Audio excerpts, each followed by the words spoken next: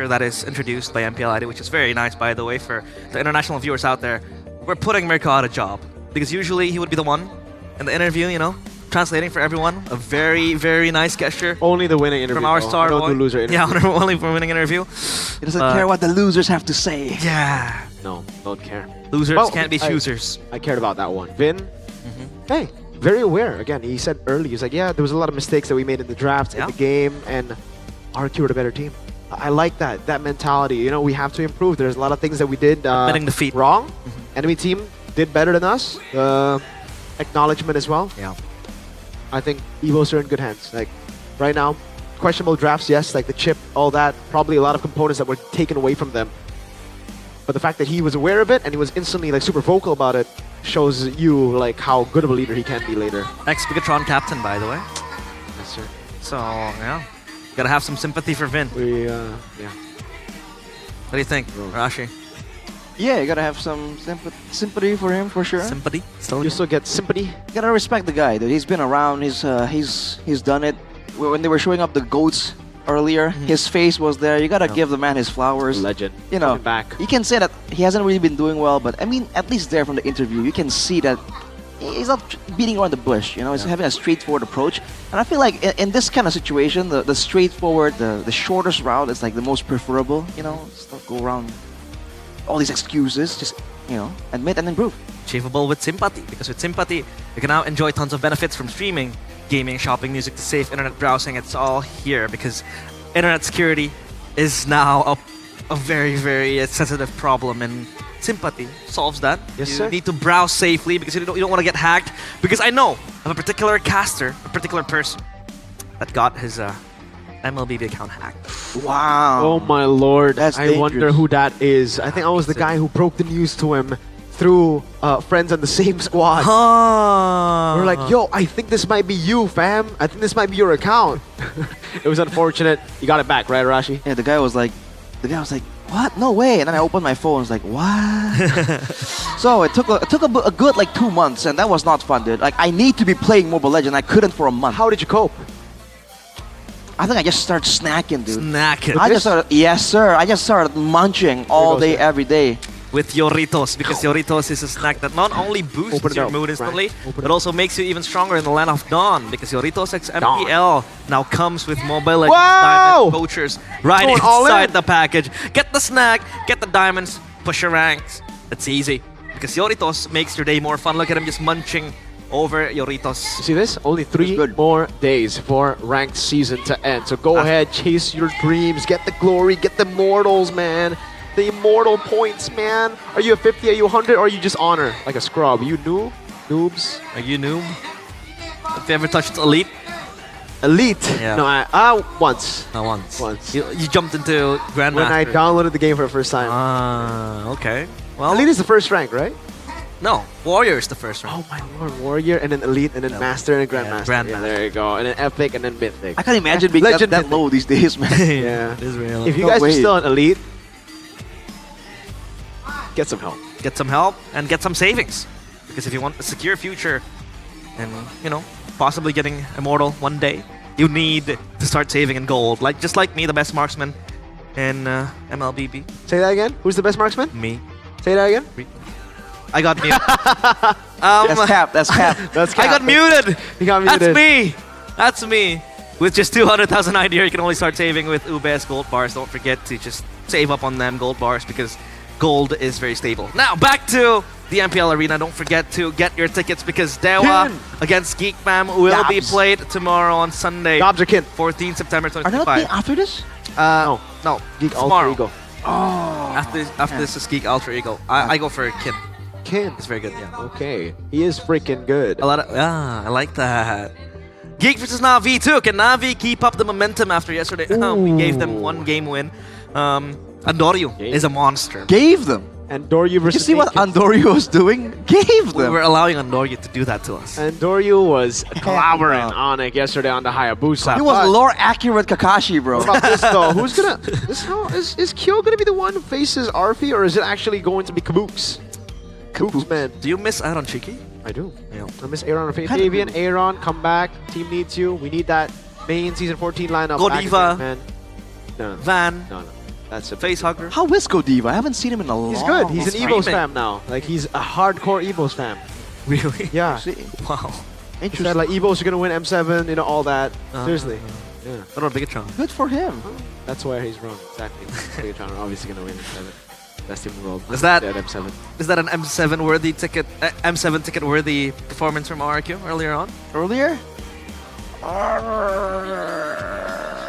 I want to see more. Tomorrow against RRQ, BTR against RRQ. Oh, that's gonna tell us a lot, by the way, because I feel like that style matchup's great.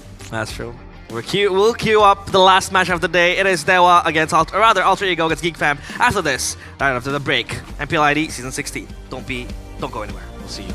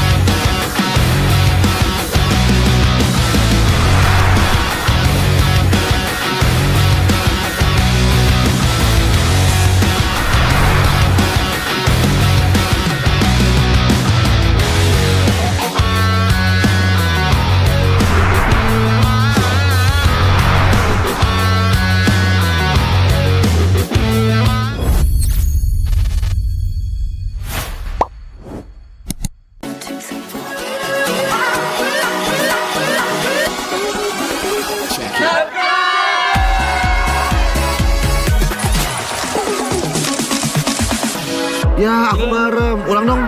Gak perlu.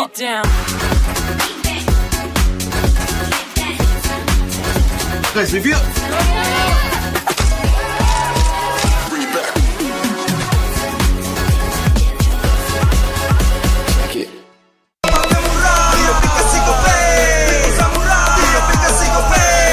Walau yang lain terus berubah, Gope konsisten, kasih yang pasti murah.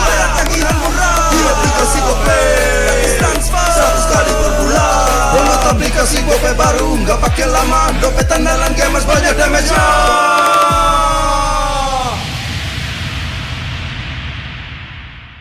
Level up bareng Special Edition Good Day dan MPL. Temukan kode unik, lalu scan QR-nya. Buat kumpulin Diamond Mobile Legends yang banyak dan menangin juga skin kerennya.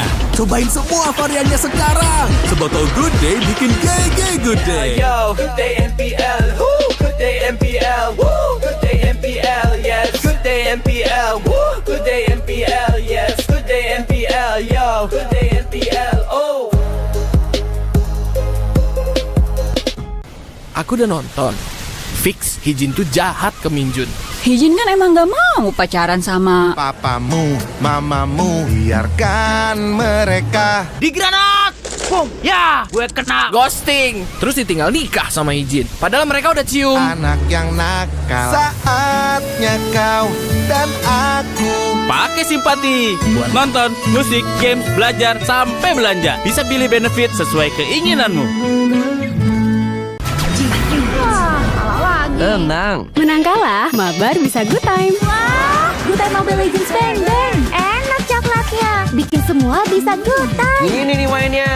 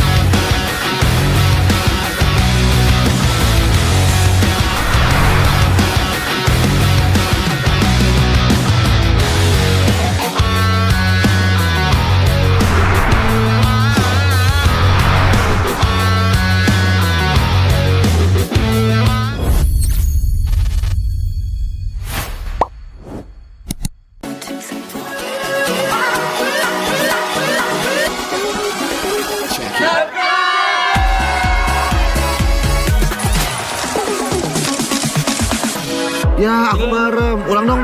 Gak perlu.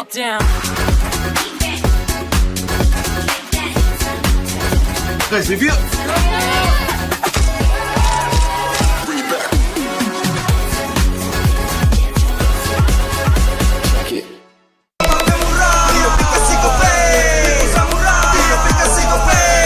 Walau yang lain terus berubah, Gope konsisten, kasih yang pasti murah. Tagihan murah, di aplikasi Gope. Transfer 100 kali per bulan. Download aplikasi Gope baru, nggak pakai lama. Dompet andalan gamers banyak damage-nya.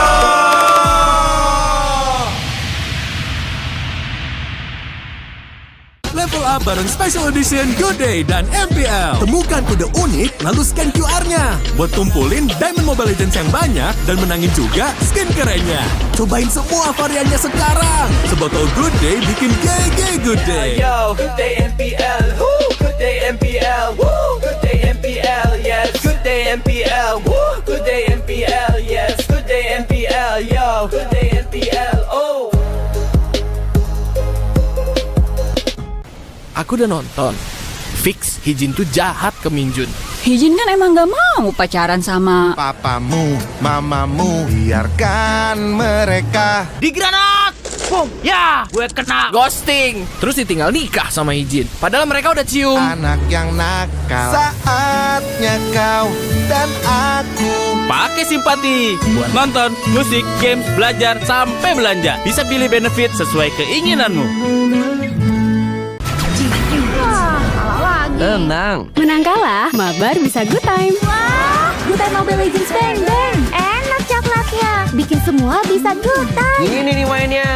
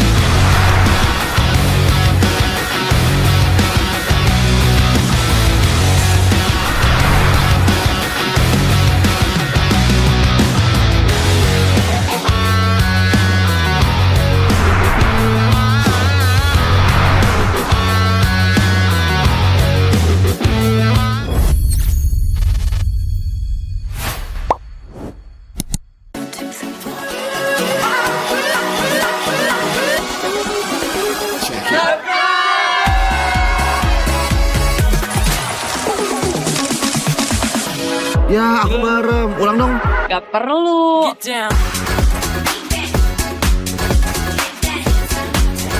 Guys, review.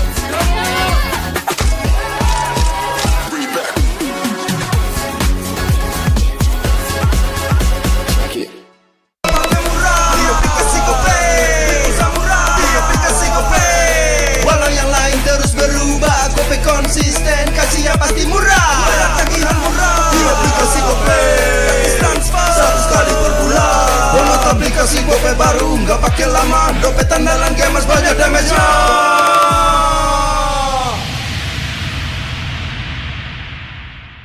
Level up bareng Special Edition Good Day dan MPL. Temukan kode unik, lalu scan QR-nya. Buat tumpulin Diamond Mobile Legends yang banyak dan menangin juga skin kerennya. Cobain semua variannya sekarang. Sebotol Good Day bikin GG Good Day. Yo, Good Day MPL, woo, Good Day MPL, woo, Good Day MPL, yes, Good Day MPL, woo, Good Day MPL, yes, Good Day MPL, yo, Good Day MPL, oh. Aku udah nonton. Fix Hijin tuh jahat ke Minjun. Hijin kan emang gak mau pacaran sama Papamu, mamamu, biarkan mereka. Di granat! Boom! Ya, gue kena ghosting. Terus ditinggal nikah sama Hijin. Padahal mereka udah cium. Anak yang nakal. Saatnya kau dan aku. Pakai simpati buat nonton, musik, games, belajar, sampai belanja. Bisa pilih benefit sesuai keinginanmu. Tenang. Menang kalah, mabar bisa good time. Wah, good time Mobile Legends Bang Bang. Enak coklatnya, bikin semua bisa good time. Ini nih mainnya.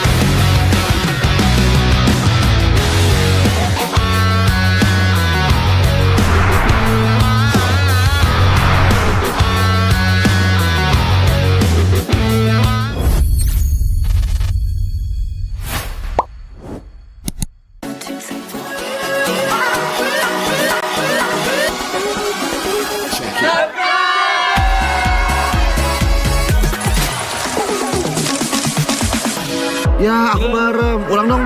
Gak perlu.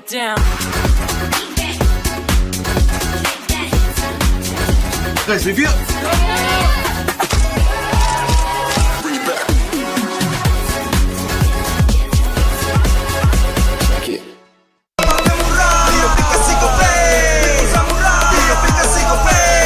Walau yang lain terus berubah, Gope konsisten, kasihnya pasti murah. Tagihan murah di aplikasi Gope, transfer 100 kali per bulan. Download aplikasi Gope baru, nggak pakai lama. Dompet andalan gamers banyak damage-nya.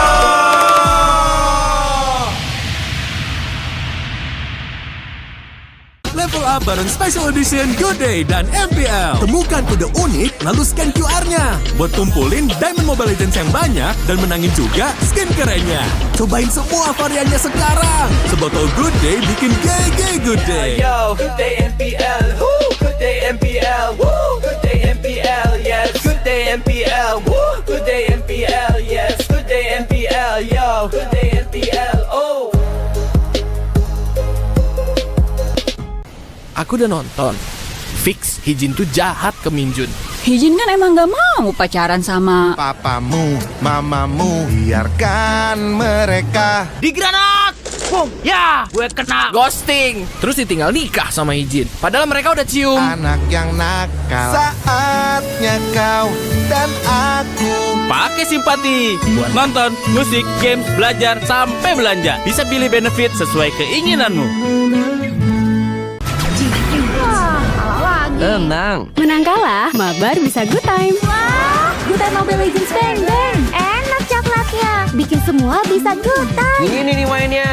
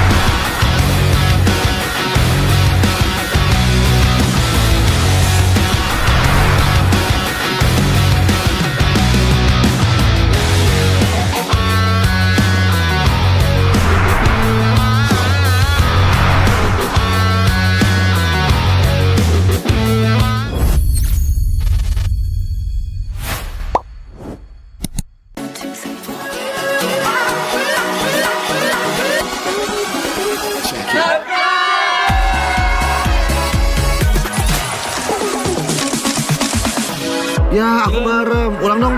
Gak perlu.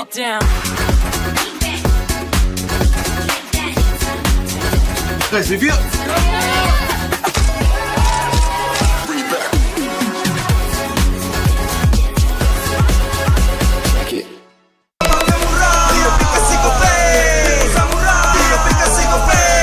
Walau yang lain terus berubah, Gope konsisten, kasih yang pasti murah. Bayar tagihan murah di aplikasi Gope. Gratis transfer 100 kali per bulan. Download aplikasi Gope baru, nggak pakai lama. Dompet andalan gamers banyak damage-nya.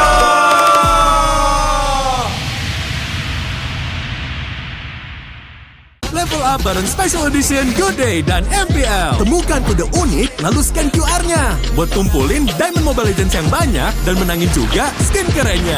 Cobain semua variannya sekarang. Sebotol Good Day bikin GG Good Day. Yo, Good Day MPL, woo, Good Day MPL, woo, Good Day MPL, yes, Good Day MPL, woo, Good Day MPL, yes, Good Day MPL, yo, Good Day MPL, oh. Aku udah nonton. Fix Hijin tuh jahat ke Minjun. Hijin kan emang gak mau pacaran sama papamu, mamamu, biarkan mereka. Di granat! Boom! Ya, gue kena ghosting. Terus ditinggal nikah sama Hijin. Padahal mereka udah cium. Anak yang nakal, saatnya kau dan aku Pakai simpati buat nonton, musik, games, belajar, sampai belanja. Bisa pilih benefit sesuai keinginanmu. Tenang. Menang kalah, mabar bisa good time. Wah, good time Mobile Legends Bang Bang. Enak coklatnya, bikin semua bisa good time. Ini nih mainnya.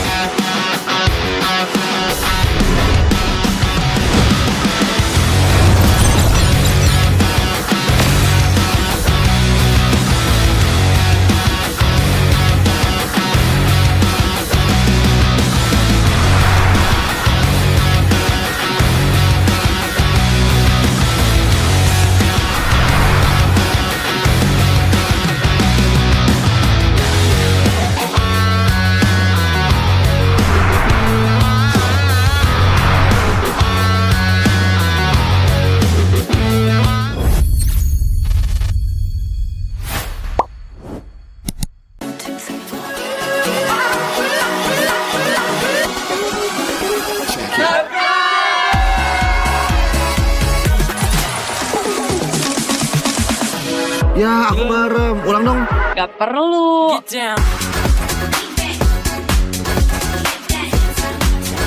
Guys, review.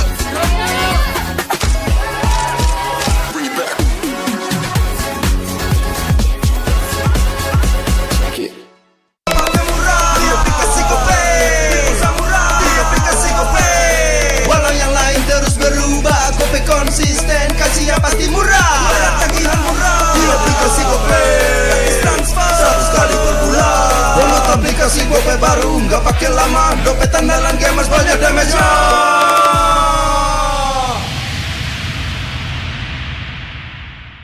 Level up bareng Special Edition Good Day dan MPL. Temukan kode unik, lalu scan QR-nya. Buat tumpulin Diamond Mobile Legends yang banyak dan menangin juga skin kerennya. Cobain semua variannya sekarang. Sebotol Good Day bikin GG Good Day. Yo, Good Day MPL, woo, Good Day MPL, woo, Good Day MPL, yes, Good Day MPL, woo, Good Day MPL, yes, Good Day MPL, yo, Good Day MPL, oh. Aku udah nonton. Fix Hijin tuh jahat ke Minjun. Hijin kan emang gak mau pacaran sama Papamu, mamamu, biarkan mereka. Di granat! Boom! Ya, gue kena ghosting. Terus ditinggal nikah sama Hijin. Padahal mereka udah cium. Anak yang nakal, saatnya kau dan aku Pakai simpati buat nonton, musik, games, belajar, sampai belanja. Bisa pilih benefit sesuai keinginanmu. Tenang. Menang kalah, mabar bisa good time. Wah, good time Mobile Legends Bang Bang. Enak coklatnya, bikin semua bisa good time. Ini nih mainnya.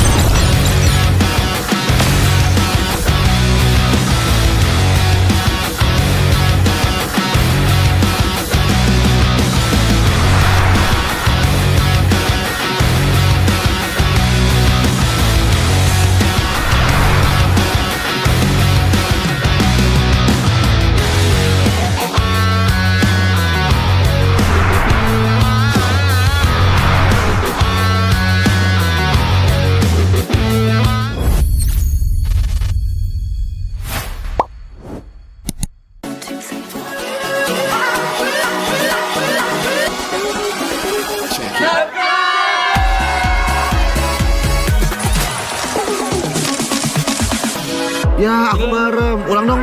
Gak perlu.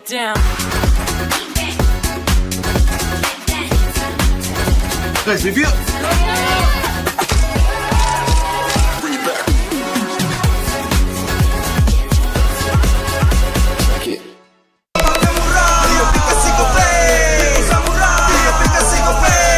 Walau yang lain terus berubah, gope konsisten, kasihnya pasti murah.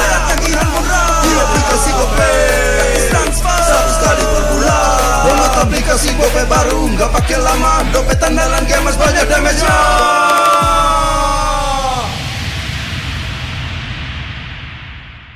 Level up bareng Special Edition Good Day dan MPL. Temukan kode unik, lalu scan QR-nya. Buat kumpulin Diamond Mobile Legends yang banyak dan menangin juga skin kerennya.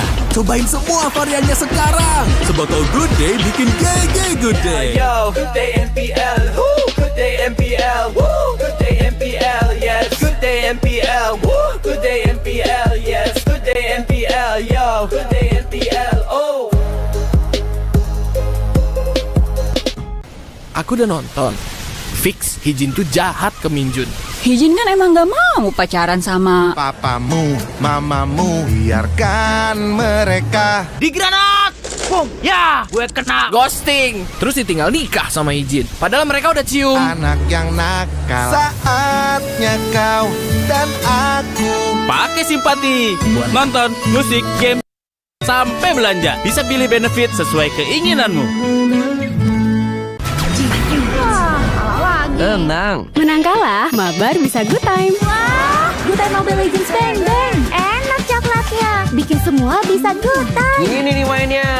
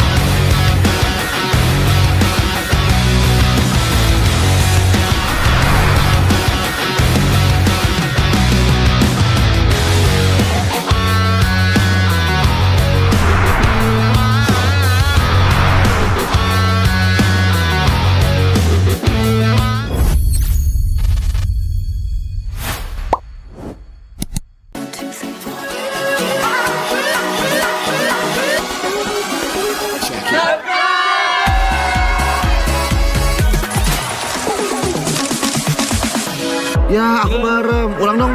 Gak perlu.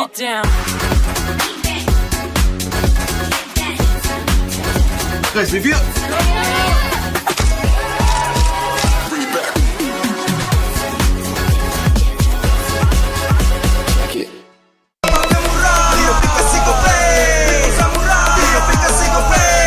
Walau yang lain terus berubah, gope konsisten, kasihnya pasti murah. Tagihan murah, di aplikasi gope transfer 100 kali per bulan. Download aplikasi gope baru, nggak pakai lama. Dompet andalan gamers banyak damage-nya.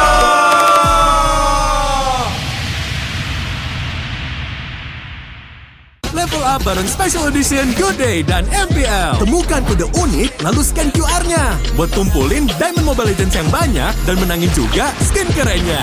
Cobain semua variannya sekarang. Sebotol Good Day bikin GG Good Day. Yo, Good Day MPL, woo, Good Day MPL, woo, Good Day MPL, yes, Good Day MPL, woo, Good Day MPL, yes, Good Day MPL, yo, Good Day MPL, oh. Aku udah nonton. Fix Hijin tuh jahat ke Minjun. Hijin kan emang gak mau pacaran sama Papamu, mamamu, biarkan mereka. Di granat! Boom! Ya, gue kena ghosting. Terus ditinggal nikah sama Hijin. Padahal mereka udah cium. Anak yang nakal. Saatnya kau dan aku. Pakai simpati buat nonton, musik, games, belajar, sampai belanja. Bisa pilih benefit sesuai keinginanmu. Tenang. Menang kalah, mabar bisa good time. Wah, good time Mobile Legends Bang Bang. Enak coklatnya, bikin semua bisa good time. Ini nih mainnya.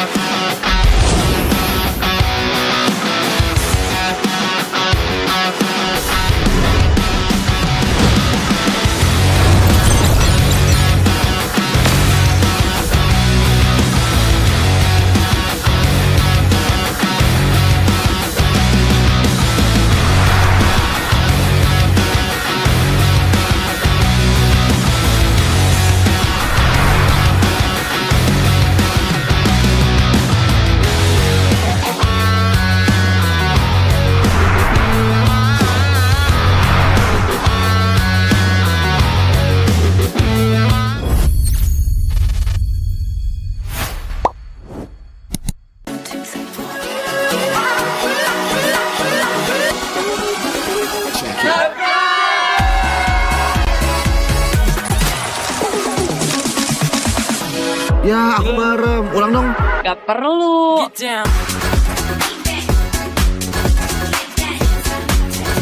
Guys, review.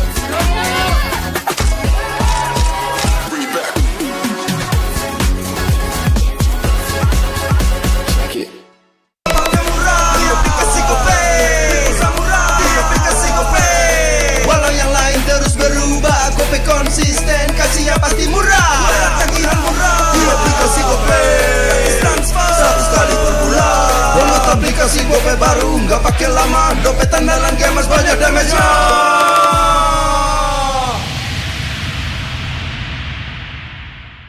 Level up bareng Special Edition Good Day dan MPL. Temukan kode unik lalu scan QR-nya buat kumpulin Diamond Mobile Legends yang banyak dan menangin juga skin kerennya.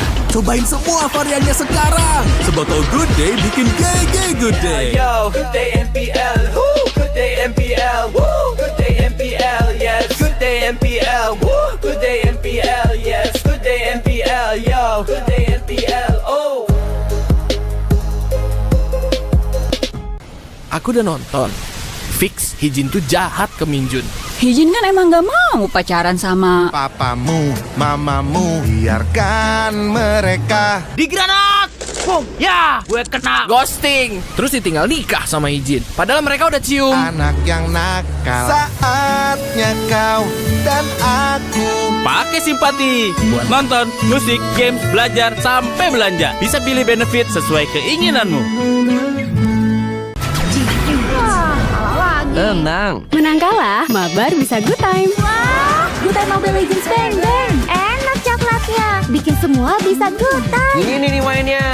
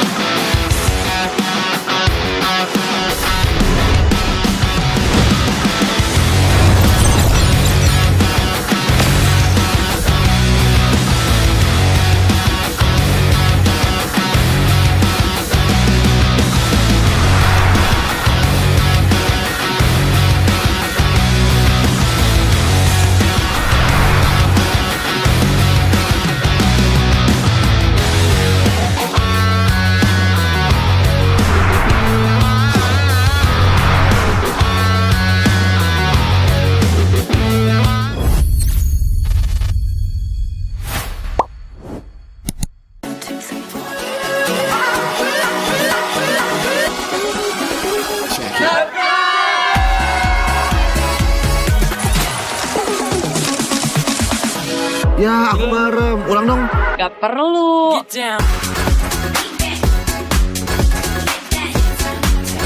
Guys, review.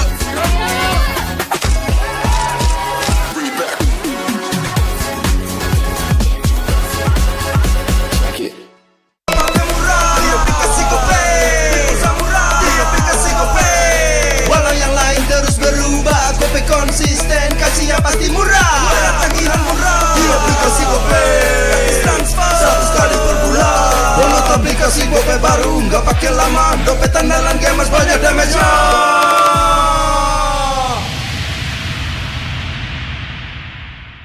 Level up bareng Special Edition Good Day dan MPL. Temukan kode unik, lalu scan QR-nya. Buat kumpulin Diamond Mobile Legends yang banyak dan menangin juga skin kerennya. Cobain semua variannya sekarang. Sebotol Good Day bikin GG Good Day. Yo, Good Day MPL, woo, Good Day MPL, woo, Good Day MPL, yes, Good Day MPL, woo, Good Day MPL, yes, Good Day MPL, yo, Good Day MPL, oh. Aku udah nonton. Fix Hijin tuh jahat ke Minjun. Hijin kan emang gak mau pacaran sama Papamu, mamamu, biarkan mereka. Di granat! Boom, ya, gue kena ghosting. Terus ditinggal nikah sama Hijin. Padahal mereka udah cium. Anak yang nakal, saatnya kau dan aku Pakai simpati buat nonton, musik, games, belajar, sampai belanja. Bisa pilih benefit sesuai keinginanmu. Tenang. Menang kalah, mabar bisa good time. Wah, good time Mobile Legends bang bang. Enak coklatnya, bikin semua bisa good time. Ini nih mainnya.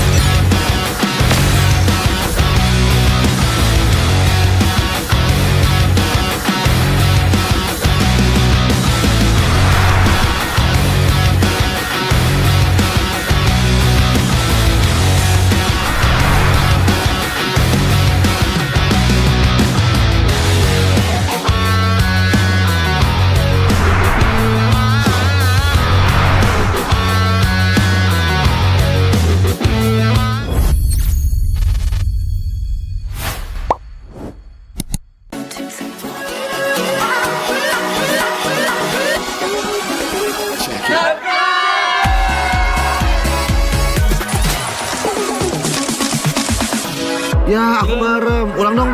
Gak perlu.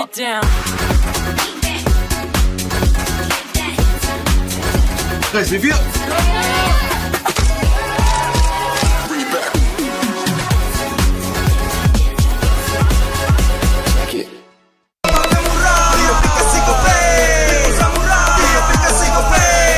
Walau yang lain terus berubah, Gope konsisten, kasihnya pasti murah.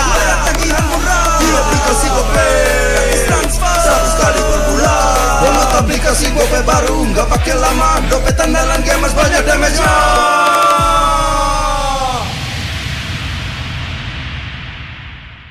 Level up bareng Special Edition Good Day dan MPL. Temukan kode unik lalu scan QR-nya. Buat kumpulin Diamond Mobile Legends yang banyak dan menangin juga skin kerennya. Cobain semua variannya sekarang. Sebotol Good Day bikin GG Good Day. Yo, Good Day MPL, woo, Good Day MPL, woo, Good Day MPL, yes, Good Day MPL, woo, Good Day MPL, yes, Good Day MPL, yo, Good Day MPL, oh. Aku udah nonton. Fix Hijin tuh jahat ke Minjun. Hijin kan emang gak mau pacaran sama Papamu, mamamu, biarkan mereka. Di granat! Boom! Ya, gue kena ghosting. Terus ditinggal nikah sama Hijin. Padahal mereka udah cium. Anak yang nakal. Saatnya kau dan aku. Pakai simpati buat nonton, musik, games, belajar, sampai belanja. Bisa pilih benefit sesuai keinginanmu. Tenang. Menang kalah, mabar bisa good time. Wah, good time Mobile Legends bang bang. Enak coklatnya, bikin semua bisa good time. Ini nih mainnya.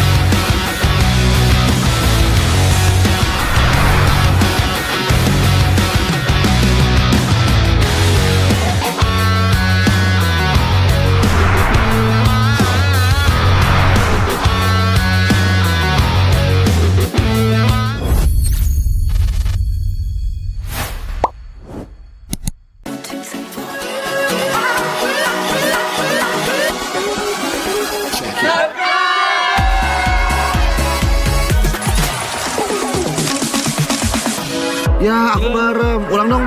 Gak perlu.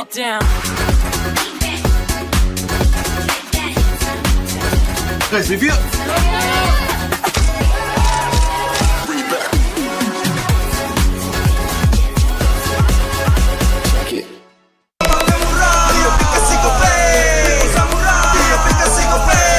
Walau yang lain terus berubah, Gope konsisten, kasihnya pasti murah.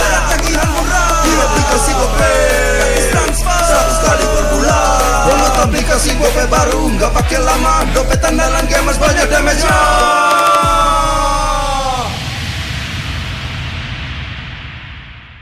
Level up bareng Special Edition Good Day dan MPL. Temukan kode unik lalu scan QR-nya buat tumpulin Diamond Mobile Legends yang banyak dan menangin juga skin kerennya. Cobain semua variannya sekarang. Sebotol Good Day bikin GG Good Day. Yo, Good Day MPL, woo, Good Day MPL, woo, Good Day MPL, yes, Good Day MPL, woo, Good Day MPL, yes, Good Day MPL, yo, Good Day MPL, oh. Aku udah nonton. Fix Hijin tuh jahat ke Minjun. Hijin kan emang gak mau pacaran sama Papamu, mamamu, biarkan mereka. Di granat! Boom! Ya! Gue kena ghosting. Terus ditinggal nikah sama Hijin. Padahal mereka udah cium. Anak yang nakal. Saatnya kau dan aku. Pakai simpati buat nonton, musik, games, belajar, sampai belanja. Bisa pilih benefit sesuai keinginanmu. Tenang. Menang kalah, mabar bisa good time. Wah, good time Mobile Legends bang bang. Enak coklatnya, bikin semua bisa good time. Ini nih mainnya.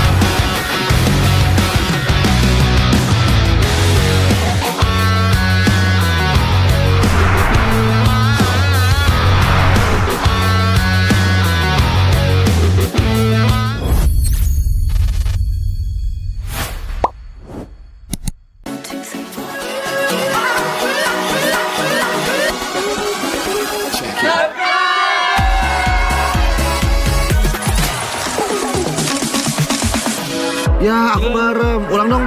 Gak perlu.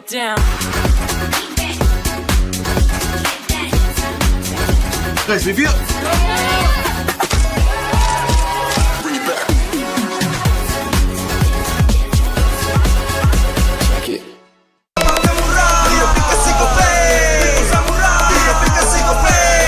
Walau yang lain terus berubah, Gope konsisten, kasih yang pasti murah. Tagihan murah di aplikasi Gope, transfer 100 kali per bulan. Download aplikasi Gope baru, nggak pakai lama. Dompet andalan gamers banyak damage-nya.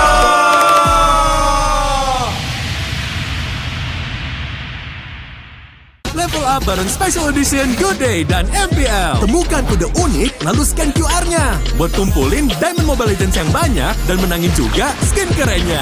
Cobain semua variannya sekarang. Sebotol Good Day bikin GG Good Day. Yo, Good Day MPL, woo, Good Day MPL, woo, Good Day MPL, yes, Good Day MPL, woo, Good Day MPL, yes, Good Day MPL, yo, Good Day MPL, oh. Aku udah nonton. Fix Hijin tuh jahat ke Minjun. Hijin kan emang gak mau pacaran sama Papamu, mamamu, biarkan mereka. Di granat!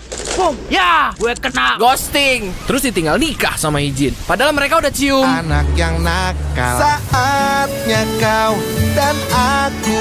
Pakai simpati buat nonton, musik, games, belajar, sampai belanja. Bisa pilih benefit sesuai keinginanmu.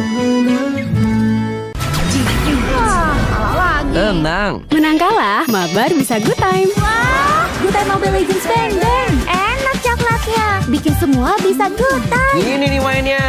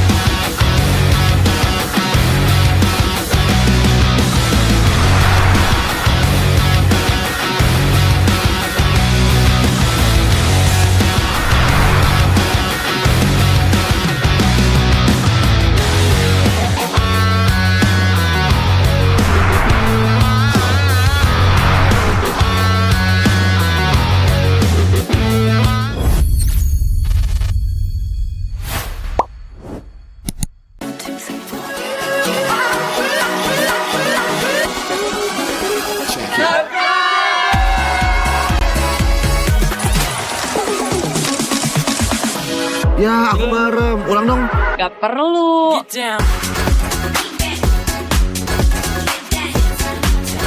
Guys, review.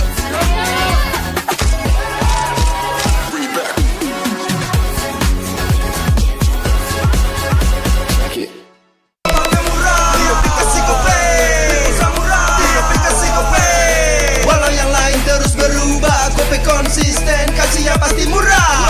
Tagihan murah, di aplikasi Gope, transfer 100 kali per bulan. Download aplikasi Gope baru, nggak pakai lama. Dompet andalan gamers banyak damage-nya.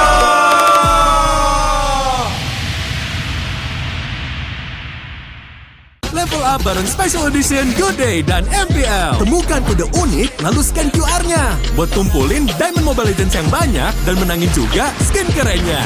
Cobain semua variannya sekarang. Sebotol Good Day bikin GG Good Day. Yo, Good Day MPL, woo, Good Day MPL, woo, Good Day MPL, yes, Good Day MPL, woo, Good Day MPL, yes, Good Day MPL, yo, Good Day MPL, oh. Aku udah nonton. Fix Hijin tuh jahat ke Minjun. Hijin kan emang gak mau pacaran sama Papamu, mamamu, biarkan mereka. Di granat! Boom! Ya, gue kena ghosting. Terus ditinggal nikah sama Hijin. Padahal mereka udah cium. Anak yang nakal. Saatnya kau dan aku. Pakai simpati buat nonton, musik, games, belajar, sampai belanja. Bisa pilih benefit sesuai keinginanmu. Tenang. Menang kalah, mabar bisa good time. Wah, good time Mobile Legends Bang Bang. Enak coklatnya, bikin semua bisa good time. Ini nih mainnya.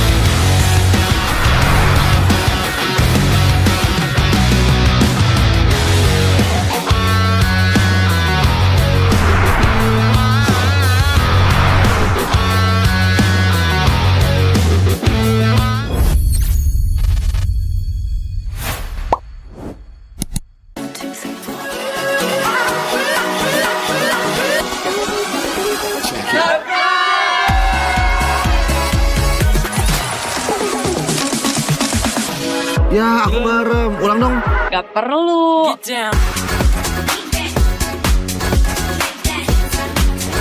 Guys, review.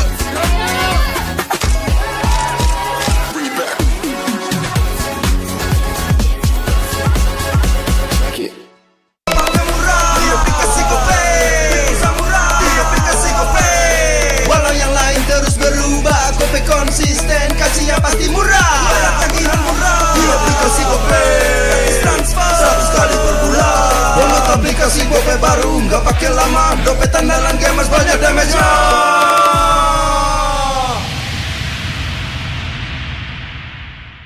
Level up bareng Special Edition Good Day dan MPL. Temukan kode unik, lalu scan QR-nya. Buat tumpulin Diamond Mobile Legends yang banyak dan menangin juga skin kerennya. Cobain semua variannya sekarang. Sebotol Good Day bikin GG Good Day. Yo, Good Day MPL, woo, Good Day MPL, woo, Good Day MPL, yes, Good Day MPL, woo, Good Day MPL, yes, Good Day MPL, yo, Good Day MPL, oh.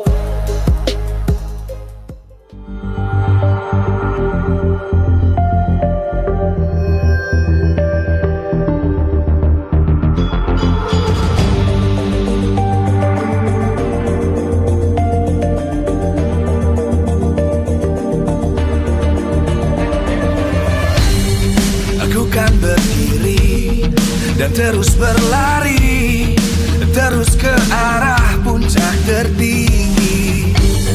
Ku takkan berhenti, hanya sampai di sini. Kemenangan abadi menanti. You know we won't miss if we unite our focus. And if you haven't noticed, we all live. Nyalakan apimu, hadapi semua tantangan, hadang semua serangan, jatuh bukan halangan. Bakar semangatmu, janganlah engkau menyerah. Kita akan buat sejarah. We all miss, we won't miss, we all miss, we won't miss. Saatnya beraksi, jalani ambisi. Aku kan menyawakan hari ini. You know we won't miss if we unite our focus. And if you haven't noticed, we all live. Nyalakan apimu, hadapi semua tantangan, hadang semua serangan, jatuh bukan halangan. Bakar semangatmu, janganlah engkau menyerah. Kita akan buat sejarah. We all miss, we won't miss, we all miss, we won't miss, we all miss.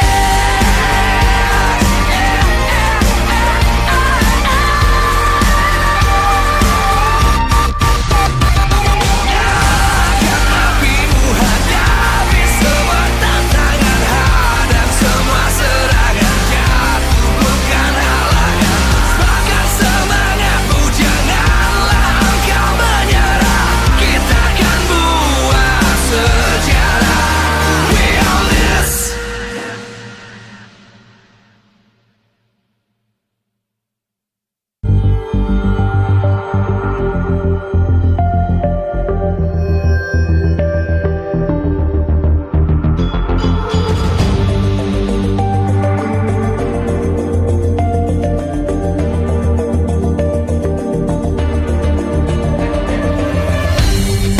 Aku kan berdiri dan terus berlari, terus ke arah puncak tertinggi. Ku takkan berhenti, hanya sampai di sini. Kemenangan abadi menanti. You know we won't miss if we unite our focus. And if you haven't noticed, we all live. Nyalakan apimu, hadapi semua tantangan, hadang semua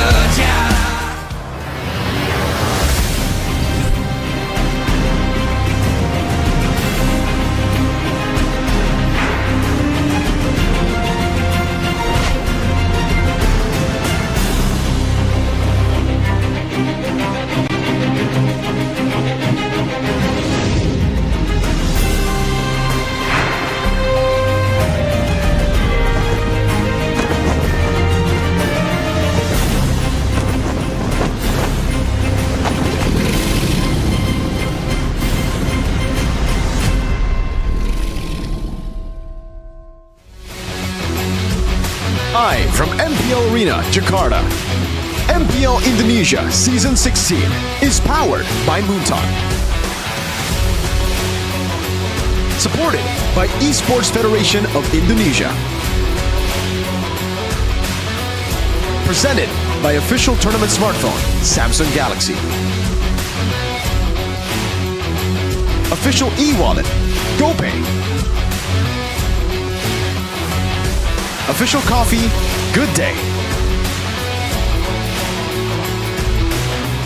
We own this.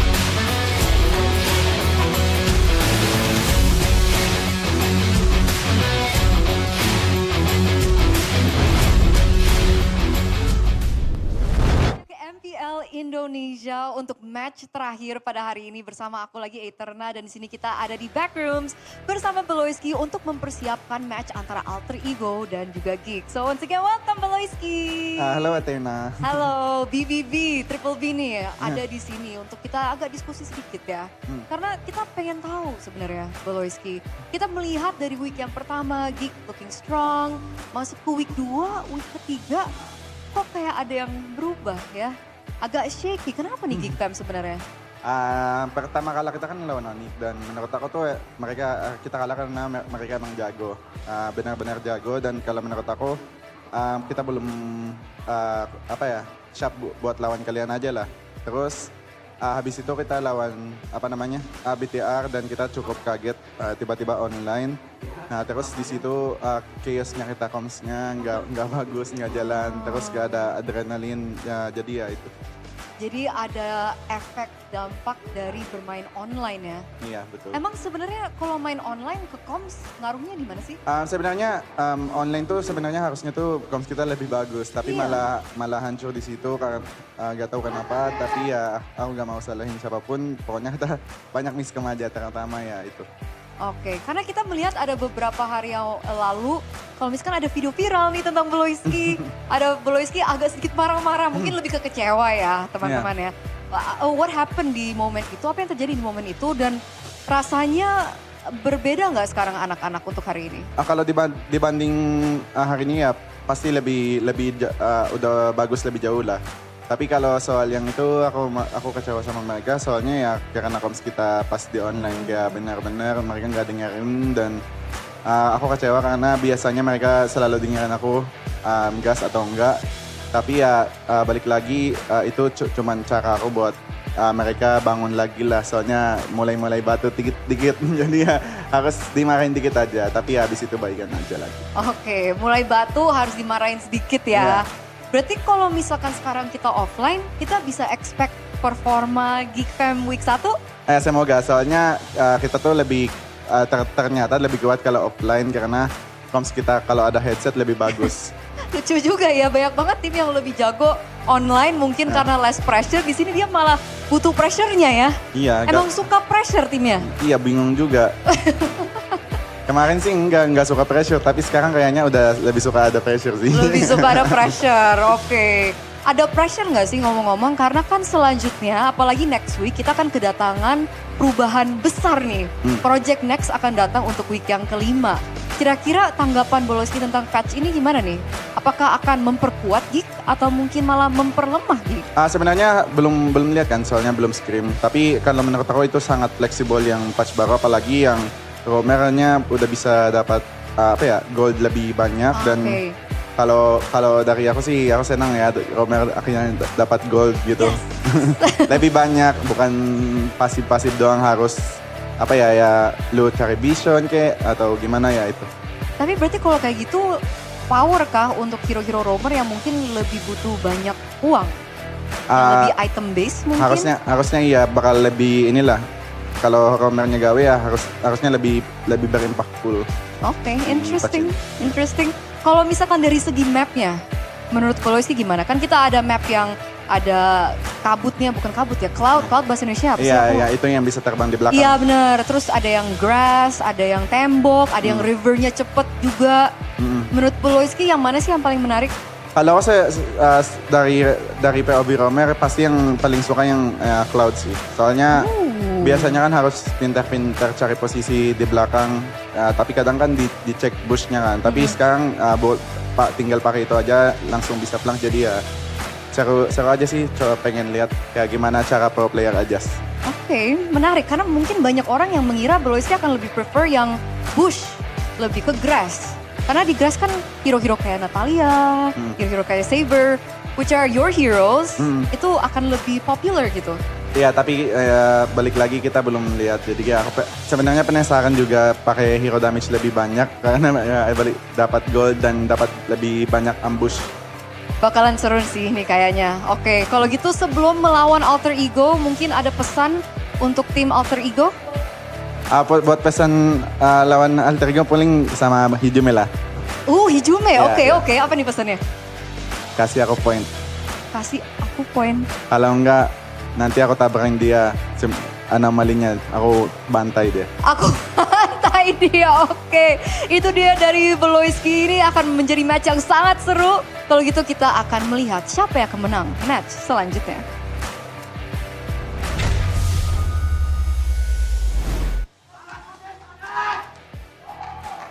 Di akhir malam minggu ini kita akan melihat bagaimana kedua tim ini akan memburu poin kemenangan karena posisinya mereka bukan dalam kondisi yang aman. Mereka ada di zona yang sedikit mengkhawatirkan. Inilah dia pertempuran untuk meranjak naik di babak klasemen untuk Alter Ego dan juga Geek Fam. Dua tim ini memang membutuhkan kemenangan. Baru mendapatkan 2 kemenangan bukan menjadi modal yang cukup tentunya jika mereka ingin berjuang masuk ke dalam babak playoff. Dan terus menerus kita melihat bagaimana perjuangan dari tiap tim mengejar konsistensinya. Sekarang kita melihat bahwa mereka sedang bermain up and down. Dan tentu saja kita melihat bahwa kedua pilar dari kedua tim sedang menunjukkan bahwa mereka ingin berbenah.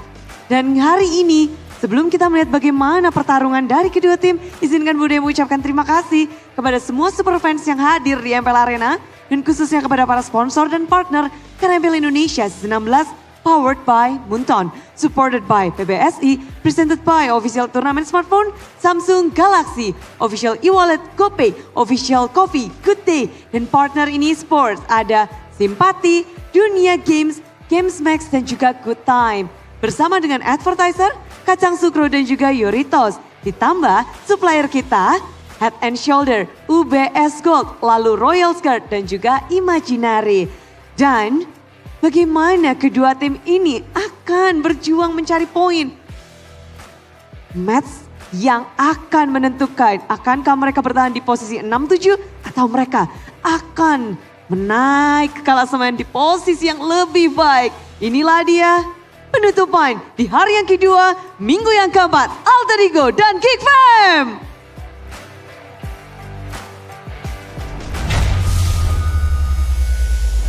Welcome to the closing match of the second day in week 4. It's gonna be Geek Fam going up against Alter Ego. Still with me, Realize, Miracle, and Arashi. A happy Arashi because he was able to go through the classic derby. A happy Mirko too because they were pummeling through Team Liquid ID. So for me, my team is happy because they're up there chilling. Oh my lord. We're gonna wait for our moment to play tomorrow. The matchup against Team Liquid ID. I think that's gonna be another banger too. No, not a banger, but we might just dominate them again. Well, does look like that's the pattern right now. The fact that they have to go up against Onyx. Tomorrow's the battle of heaven and hell. We'll see who wins that one, right? Because I think that one's pretty hard to predict. BTRQ though, tomorrow too. BTRQ. It's gonna be so cool to see the textbook style clash, you know? But today, right now, it's not exactly a textbook type of clash. It's the battle of the unpredictable almost. Right? The aggression of Alter Ego against the mind games of Geek Fam. Yeah, Geek Fam and Alter Ego. Let's talk about Alter Ego first. Obviously, this team, they were able to push on through in the playoffs of last season with the addition of Rin and Hijume, but it seems like for both teams, the vulnerable pillar that they have is the mid laner. Is it time for them to evaluate, or will they falter again? Because take a look at a boy, we have been glazing him since a few seasons back, and he is touted to be the pillar of Geek Fam, alongside Beloisky too. I mean, his match history recently hasn't been the best, and he has the lowest average assist in MPL ID Season 16, Arashi. Yeah, so it's such a weird situation to be in. A boy usually a bit more calculated, safer, but in the recent times, he really hasn't been all that safe at all. Which is why a lot of people are thinking, why not just go for Hijume then? If that's the idea, right? You want that guy to flicker forwards, to try and make the crazy play, the one-for-one trades. Well, Hijume sure seems like that kind of style. So I guess that's what you can see. He has #1 mid laner total deaths in MPL ID. And low assists, but hey, maybe the kills look better? Maybe. Well, if you put me to a statistic where, you know, we are about to guess who the mid laner with the most deaths is, I would shout out maybe Rins, because Rins has been seen to create those blunders, but it's Hijume, so what's wrong with this guy? I don't know, it's strange, but it has been looking pretty bad for both these players, Aboy and Hijume. Yeah, the two pillars known to be the guys usually you would expect to pop off on Alter Ego, back when he was in EVOS as well, same thing, right? Geek fam, Aboy, it's crazy. I think for Aboy, it's a big mental drop, like confidence drop as well, after making that throw happen against RRQ, game number 2 in the lower bracket finals. After that, he was just never the same. Every time he picks Kimmy, it just feels super easy to pick him off. The Farsa is the same though, right? Like these are super high mechanical heroes that you need to pull off in the current meta.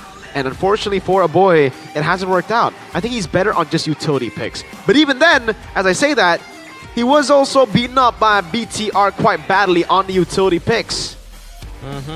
Would you argue though, Arashi, that this is actually the meta? It's kind of pressuring Aboy, because we saw him back then with the Vixana, the Valentinas, maybe the Navaria too, to kind of, you know, put it in collection. Is it the reason why he's kind of struggling now, or is it just because him declining, you know, naturally? So he used to be the whole idea about Aboy was that back then he was the calm, cool, collected guy. That's exactly why he was one of the pillars, because no matter how difficult it was, you know, Geek has always been a geekable, bring it to the late game and comeback victory type of team, right? So Aboy was always so critical for that winning, for that game plan, because no matter how bad the game looks, he's always consistent. He always gets farm, he gets pressure, he makes plays happen.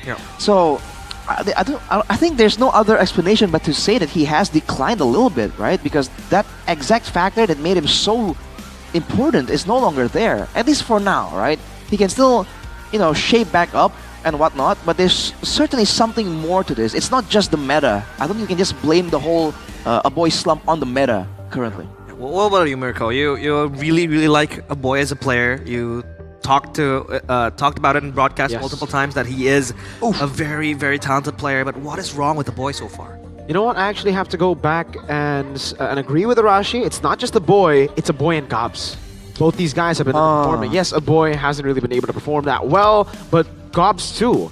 It's strange because Week 1 looked amazing for them. It looked like, hey, this is just Geek Fam where they left off last season, improving on everything that was good already, right? Just like leveling up on the things they were good at and covering up on their weaknesses that they had last season, which was also kind of Gobs. Like when he's good, he's good. When he gets his picks like the Phobias, but when he gets picks like the Glue, he was underwhelming. First week, did amazing on Glue. Did amazing on picks that we didn't expect him to play well on. Same goes for Aboy. Standard composition, standard playstyle. Week 2 onwards, holes in their game. More holes developing here and there. And I gotta say, I don't know. I can't really pinpoint what the issue is for them, right? It's just inconsistency right now. The big question mark for me is Aboy, because for Gobs, you can still say he's kind of newer. Aboy's been here for the longest time, and he has had like the opposite road to success. He started off really good, and he's becoming worse as we go on. I hope that trend stops. I hope he's able to, you know, turn things around right now, because still think he's really good on his on a good day. Gobs though, still on that process, you know. He's still new. This is his second season. Third season.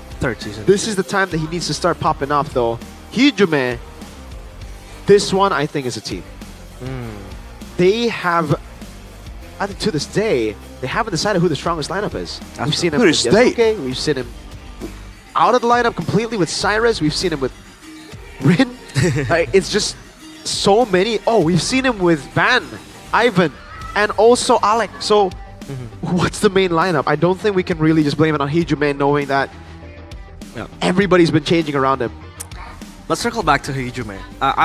Yeah, he has like number 9 total deaths. And MPL ID, that's very, very high. But I would argue that that's because Alter Ego's playstyle too. They play like a bunch. This is, by the way, most of the opinions that people have is they play like a bunch of players that play in a War Cup tournament. They say they play Russian kick and rush. So we'll just have to see if that will be the case. Who will play for them today? Yasuke will still be in the lineup. It's not gonna be Rin. It's Nino, Yasuke, Hijume, Alec, and Arfi. Ladies and gentlemen, the rookie, who unfortunately has had 0 wins in MPL, will be given a chance to beat the Kingslayers. Can Hijume prove his worth with once again a new lineup for Alter Ego Esports? Such a weird situation to see right here for Alter Ego. You know, back then, the big critique was that their EXP laner was inexperienced, wasn't doing well. All the critique was sent towards Nino. And now that Nino is shaping up, you're seeing that the rest of the players as well, the rest of the roles, haven't really been as solid. So let's see how this plays out as we take a look at their opponents today. Geek fam, welcome the family. Gobs, Makids, a boy Beloyski and Kenziski, still the same 5. And we can't forget about Makids, who, by the way, was one of the rising stars we had from last season. But let's see if he is able to carry his teammates to victory. Let's see, the Kingslayers. Can a boy get back to form? Can Geek Fam get back to the form they found in week number 1? Beloyski's Monsters. It's Geek Fam! Ready for war, ready for the mind games, but can they execute? Can they make sure that they don't falter and fall victim to the unpredictability of Alter Ego? That is what we are waiting to find out today. And soon we're gonna welcome the big brains behind the big brain man, as well as the genius, according to Nafari. Nafari. It's gonna be the coaches right here, the brains of operations. So we have Dora, DSP, Bluffzy, with Zephyr and Sticks. Sticks and stones may break their bones. But Suyo will never hurt me, because Makids can't play Suyo anymore, because Suyo is basically out of the meta. He's still really good. Hey, he can, week 1, he played Suyo after true. everything was banned, and he got a win. Yeah, but Dude, Mirko plays Suyo still. Yeah. And he pulls it off. yeah, Well, but he's that's not playing that in MPL ID, is he? No. When you're up against like only Jusin, Suyo comes up. Because it's just the magic defense, magic damage reduction that got taken away. Yeah. The state of Suyo though, so dead and so bleak. Let's take a look at the audience topic voting. What do Geek Fam and Alter Ego need to come back stronger? A, clean and effective gameplay. B, the right draft composition. C, a solid team communication. I think these are all, normatives. What do you think? For once, we are pointing the finger at the execution. For a lot of teams we've been talking about today and yesterday, oh yeah, the execution is fine. It's the drafts, it's the synergy, it's all these other things. Now finally we're at a matchup for both teams, where both teams, when we point the finger at what's the issue, it's the execution. Just make sure the execution is clean and you don't make mistakes. And if you can do that, you should come out on top. That statement is true for both these teams. And Alter Ego will be able to pick up that first pick selection. So they will be on blue side, 50% win rate. Not the best, not the worst, but yeah. Again, circling back to my point earlier on, Alter Ego is known for their kick and rush type of playstyle. And I believe that the deaths that Hijume is brought upon because he has to assist Rin, and how Rin is a very, very, I'd say, aggressive jungler. It kind of then justifies Alter Ego's move to play aggressively, you know what I mean? Like, when Alter Ego goes in for something that might seem uncalculated, people would say, yeah, that's just Alter Ego's playstyle. So then, Hijume racks up all the deaths, becomes number 1 in like the most deaths in MPL ID, and people will be like, it's okay. That's because Alter Ego plays a rush type of composition. Well, I feel like at this point, even if you want to go for a rush style composition, there are ways to go about it where you don't give up a lot of kills. I mean, let's be real here. Our teams, our respective teams we support here, RRQ, Onyx, and Bigatron, they all three of them are known to play, to be able to play a very high tempo style. And yet, if you notice, okay, there are deaths here and there, but it's never on the mid lane for the most part. At least ideally, it won't be the mid lane, it won't be the gold lane, right? So Alter Ego needs to understand, even if you want to go stampeding, you gotta keep your damage dealers, your main carries alive. That's the point. So we'll see. Kenzie has been really good, by the way. Like, Geek Fam, I gotta give you props, man. Yes, Beloyski, the monster maker, but also the scouting. The scouting has been really good. Kenzie came from nowhere, right? He wasn't even MDL, I believe. Just like Chidera, dude. Chidera. Like, what's up with Geek Fam and finding these talents? They have like a backlog. They got a radar. No, they have a line, like a notebook. It's all the really good gold laners that are not even MDL yet. So Just hidden away in the vault. They have a bingo book. He's got that vision, man. Naruto. Oh, yeah, let's just see. I wonder where Chidera is right now. He's streaming happily. I kind of miss him. But Drafting Face presented by the official tournament smartphone, Samsung Galaxy S25 series. It's the Hellcurt ban. Out of respect towards Beloyski with the off-meta picks, with the funky picks that he has. Fovius too respected. For Geek Fam, it's the Baxia and Lancelot ban. So they want to limit Yazuke. How would you describe Yazuke though? His playstyle and his choice of heroes? Honestly, like, I think I've only ever seen Yazuke play once on duty on the desk. I've only seen Yazuke play once, and at that time I believe it was a match against RRQ as well. So they got shut down kind of. So you didn't really get to see like the best that Yazuke can offer. To be fair, so I don't really have a strong opinion on him just yet. Let's take a look though. Still the bans gonna come through. Alter Ego they can take out. Possible 1-1 ban here, but they are in blue side, so they might benefit out of that pick. But the glue, respected, fully revering Gobs with his hero pool up in XP. Are we going to see a Fanny contest? That's the big question here. Because usually the Fanny now is not like a first pick type of deal, but, well, if Alter Ego don't go get it, A-Kids is in the picture, and he's a pretty terrifying Fanny player. It's a bit tough. Oh, look at the cheers! Yeah, Alter Ego. Hey, especially on the Indo stream, but interestingly enough, I believe this is the English stream. So hey, guys, Geek Fam fans, you know, all of you, mostly Filipinos, Beloyski, right? Or is Beloyski considered an Indonesian now, you know? I don't know. He's claimed. You know, I know for a fact Alter Ego are probably going to go CC first pick. I'm not a fan of it. I'm not a fan of all the CC first picks. CC first pick is OR, overrated. Oh, Kalea. They go for, I think, a bit weirder of our first pick. A bit weirder? It depends. It depends. TLID did this, but they didn't have a combo. If Alter Ego have a combo, fair. Game is game. Let's take a look at how they want to follow up the Kalea pick, because we talked about it. Jusin, Lance. Oh, Lance banned. A lot of concerns regarding the Kalea pick. You need CC quick got burst. That, right? But yeah, Shin maybe? CC got thought it's possible. Jusin as well, up for grabs. Oh, there you go. Called it. Fanny for Make and Uranus too. Escaping the bans. Talk to me about this Uranus. Why is it so highly banned and highly prioritized? I think a lot more like long-range heroes have been showing up. The Grangers, we've seen the Farzas as well. I guess having a strong front line has always been a good option to have. And if you talk about impact, right, from the EXP lane, when you have a Uranus in the EXP lane, first of all, you can negate a lot of lane matches just by cutting.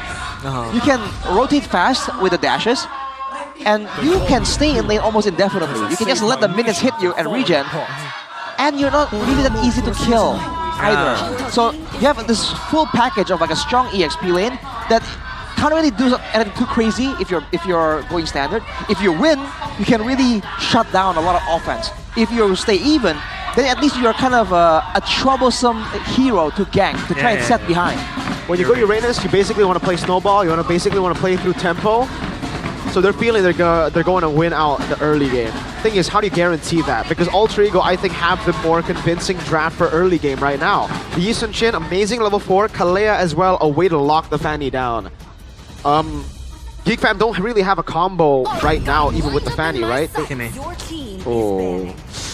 Still relevant. Kimmy's alright, I guess. But again, a boy on the Kimmy. Not the best. I hope he's able to turn the trend, man, because every time I see Kimmy a boy, I remember the throw, I remember the bad game he had earlier, week 2, I think. And Alter Ego can still go Arlet. So I hope they see that angle too. Hopefully. Hopefully it is visible for them. But let's take a look at Alter Ego. They have counters for this Fanny. I mean, the Kalea is there to kind of lock down the Fanny, like Mirko mentioned. The Harith, too, survivability is the name of the game. When you're up against a divey composition like the Fanny, that shield will prove to be worthy and will prove to be effective for Arfi to survive later on. I feel like they can still go for the Badang. The Arlet gets banned away by Geek Fam. They do not want to have that in the hands of Nino. We've seen what Nino can do on the Arlet. But the Badang here, it's going to be a great pick against the Fanny, Kimmy, the Uranus to a degree. I think it's a pick that makes sense. Ranger banned from Alter Ego, so trying to narrow down the matchup for Arfi. And again, Geek have to kind of contend with the fact that Alter Ego have 2 marksmen, so they're going to have to try and find ways to kind of deal with both. Yeah, Farsa taken out. Last ban for Alter Ego will be the Gatot Kacha. Kind of stop the Kalea, and rather to stop the counterplays towards the Kalea. The AOG will be disruptive, especially when you're up against such a menacing composition with the Uranus, with the Kimmy too. Executing from afar, so now Geek Fam. XP, no, not XP. Roam options, goal options. For Geek Fam? No, for Geek Fam, yeah. For Geek Fam, I think the Badang still works. The Hylos is a pretty good option as well. They go for the Bruno first, though. They're going to hide the roam pick towards the end because they want to see what Alter Ego have in store for XP and mid lane first. Now, against the Kimmy, Arashi, what would you go for? I think XP, the best choice would probably be Badang. Yeah. I think Badang works here. Catch the Kimmy, stop her from like zooming over the wall as well, stunning her. And the wall is going to be great against the Fanny too. That's why we're talking about the Badang being a possibility. Sushin for Alter Ego? Yeah. Still up, no? They want some more burst, man, for sure. Which is why the Farsa got banned by Geek Fam. I think they see that angle. Oh, that's true. If they don't want to go for that, what if the Yeve could? Nah, bit too vulnerable. I don't think so. Valentina? Oh. They go for the Ruby and the Kagura. Is the Kagura just the next option here if the Farsa isn't available for burst damage? Because we've been seeing the Kagura being the go-to, like, follow up on a big ultimate type of hero now. Behind the fist crack, behind a possible AoE stun. So this Kagura might be the next option. A substitute for the Farsa, as Arashi mentions. And now, though, it seems like everything is locked in. A Fanny in the hands of Make-Its. This will be very, very entertaining to watch. Especially we know them being assassins for Make-Its. Can I just say, thank you, Dora DSP. Thank you, Bluffzy, for finally letting go of the healers, dude. I love it. I love that they're not playing with healers anymore. I think this is where Geek Fam really find their comfort. Yep. Let's take a look at the closing match of today. It's Geek Fam against Alter Ego, who will be able to close out the match. Game 1 will start soon.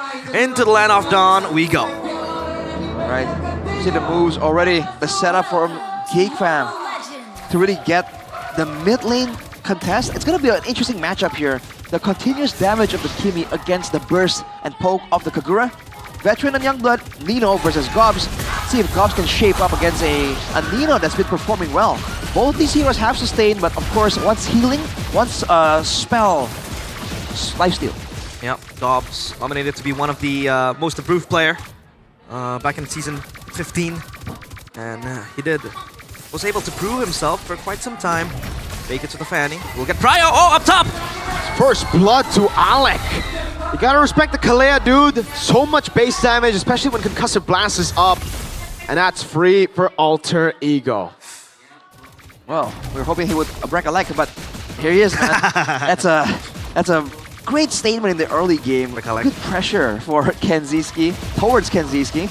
Alter Ego needs to be a bit, they can push the tempo even more here. You can see the wave clear from a boy isn't really adequate. The Kimmy can clear, but it takes a bit of time. Emblems here by GamesMax, agility, tenacity for Gob, so some of the roam still. Bargain Hunter for a boy against the Yisunshin Kagura might come to haunt him later on. And as well as that, Arfi with the Bargain Hunter, so Alter Ego, they're gearing to try and get ahead, and if they do, it's going to be quite difficult for Geek Fam to deal with Alec on this Kalea. Few movement speed options for Geek Fam with the Wilderness Blessing too and the Grok. Fictional plays to be made. Alec is close by. Shadowing for Nino. Izuke too is nearby. So next is the objective for them to take. Take a look at the mid prio. Still contested so far. Yazuke has dibs on the turtle. Beloyski's tanking alone. Yeah, but Yazuke's already on it. He's going to be rotating a bit late. Gobs as well. Makeit's going to be making his way all the way. Whoa! It's a full time into the back line as Makeit's wins out the retry battle. Yazuke on the bad spot. It's going to be Gobs next in the chopping block. Alter Ego finding 2 on the board, but losing the neutral objective. Oh! Luckily, though, for Geek Fam, it's Alec who picked 1. Man, Alter Ego there. Hijime with the aggressive moves. I'm not sure if we've seen him on the Kagura, but dude, that's a great move by them. As we can see though, talent prediction by Gopei. It's all versus everybody. Yes. She thinks Alter Ego has it in the bag. Hey, Alter Ego. Alter, get it? Alter Ego. Oh! Tsunami said, whoa! Weird interaction through the cables! I'm offended! Shot down by Yazuke! That's why, Makeits, you gotta be careful against a Kalea first pick. Oh, Alec, under pressure, he's gonna be fine. Oh! Sonic charge! Traction pulse, knocking him down as well. Alec! Taken down by a boy on the Kimmy. Free shots as well as Kenzie is bullied up top. Alter Ego here have so much kill pressure, and again, they can still ignore Gobs for now and make sure that they are using this kill threat for a boy, for Kenziski, right? As long as the backline doesn't scale, it doesn't matter how tanky Gobs is and how annoying he can be. Eventually, with 2 gold leaners technically, Alter Ego can deal with them. Oh, look at this. Whoa, Alec. Okay, you gotta chill, Alec. Doesn't have any chill. It's to put fuel to the flame. So far, Alter Ego, they have no reason to stop. They have tempo. I'm at control too. But up top though, the Bruno up against the Harith. Is the Bruno supposed to be this oppressed up against the Harith? Alec. Uh-oh. Tectonic charge mobilization. Makeit's coming out with a cutthroat as well, but it's traded back. Wow, that burst from Hijime on the yin-yang overturn. Right, if Makeits was a bit late there, he would have gotten taken out as well. Hep-C is available for him though. He's going to be looking to make some assassinations. But this is a problem. Alter Ego don't really provide him with a lot of good options. And there's always the threat of the Kalea. And we saw that interaction. The chasing Tsunami Slam. That was a weird one. A lot of combos to play with. The burst as well. A Decuit. Enough for Alter Ego to play with. The yin-yang overturn too. Makeit's in the back. Uh-oh. Over to Alec. Cutthroat over the wall. Makeits. Oh, outplayed Alec. Good moves under the turret, juggling. Oh, baiting out Beloyski's flicker too. A bad read for BBB. That's a boy on a mobilization. A wall placed down, a knock-up as well. Nino able to survive for a bit. Beloyski takes him down, but it's traded for Yazuke. It's still Makeits who wins out the retry battle as RB goes in. Hijime finally able to get the shot, but now it is all the footballer to go for those shots. 1, 2, 3, onto RB. He purifies nothing, and Kenzie gets a double. Good fight there. Good brawl from both teams. 3-4-3, but the turtle falls into the hands of Geek Fam. And Alter Ego lose a bit of momentum. They are giving Kenziski some more space here. Good farm, 2 kills as well. Bang. Uh-oh. Bang. Bonk. Wait, Alec? Look at Alec though. He's breaking Alec, like you said. Look at the moves. He's like dancing ballet with that. Baiting out the flicker. Purify burn too. If Alec breaks a leg, is that a good thing or a bad thing? That's a good thing because he plays with his fingers. As long he's gonna be fine. As long as it's like metaphorically, I think it's all right. If he actually breaks a leg, I don't know, man. Still playing a wheelchair, it's fine. The wheelchair gaming.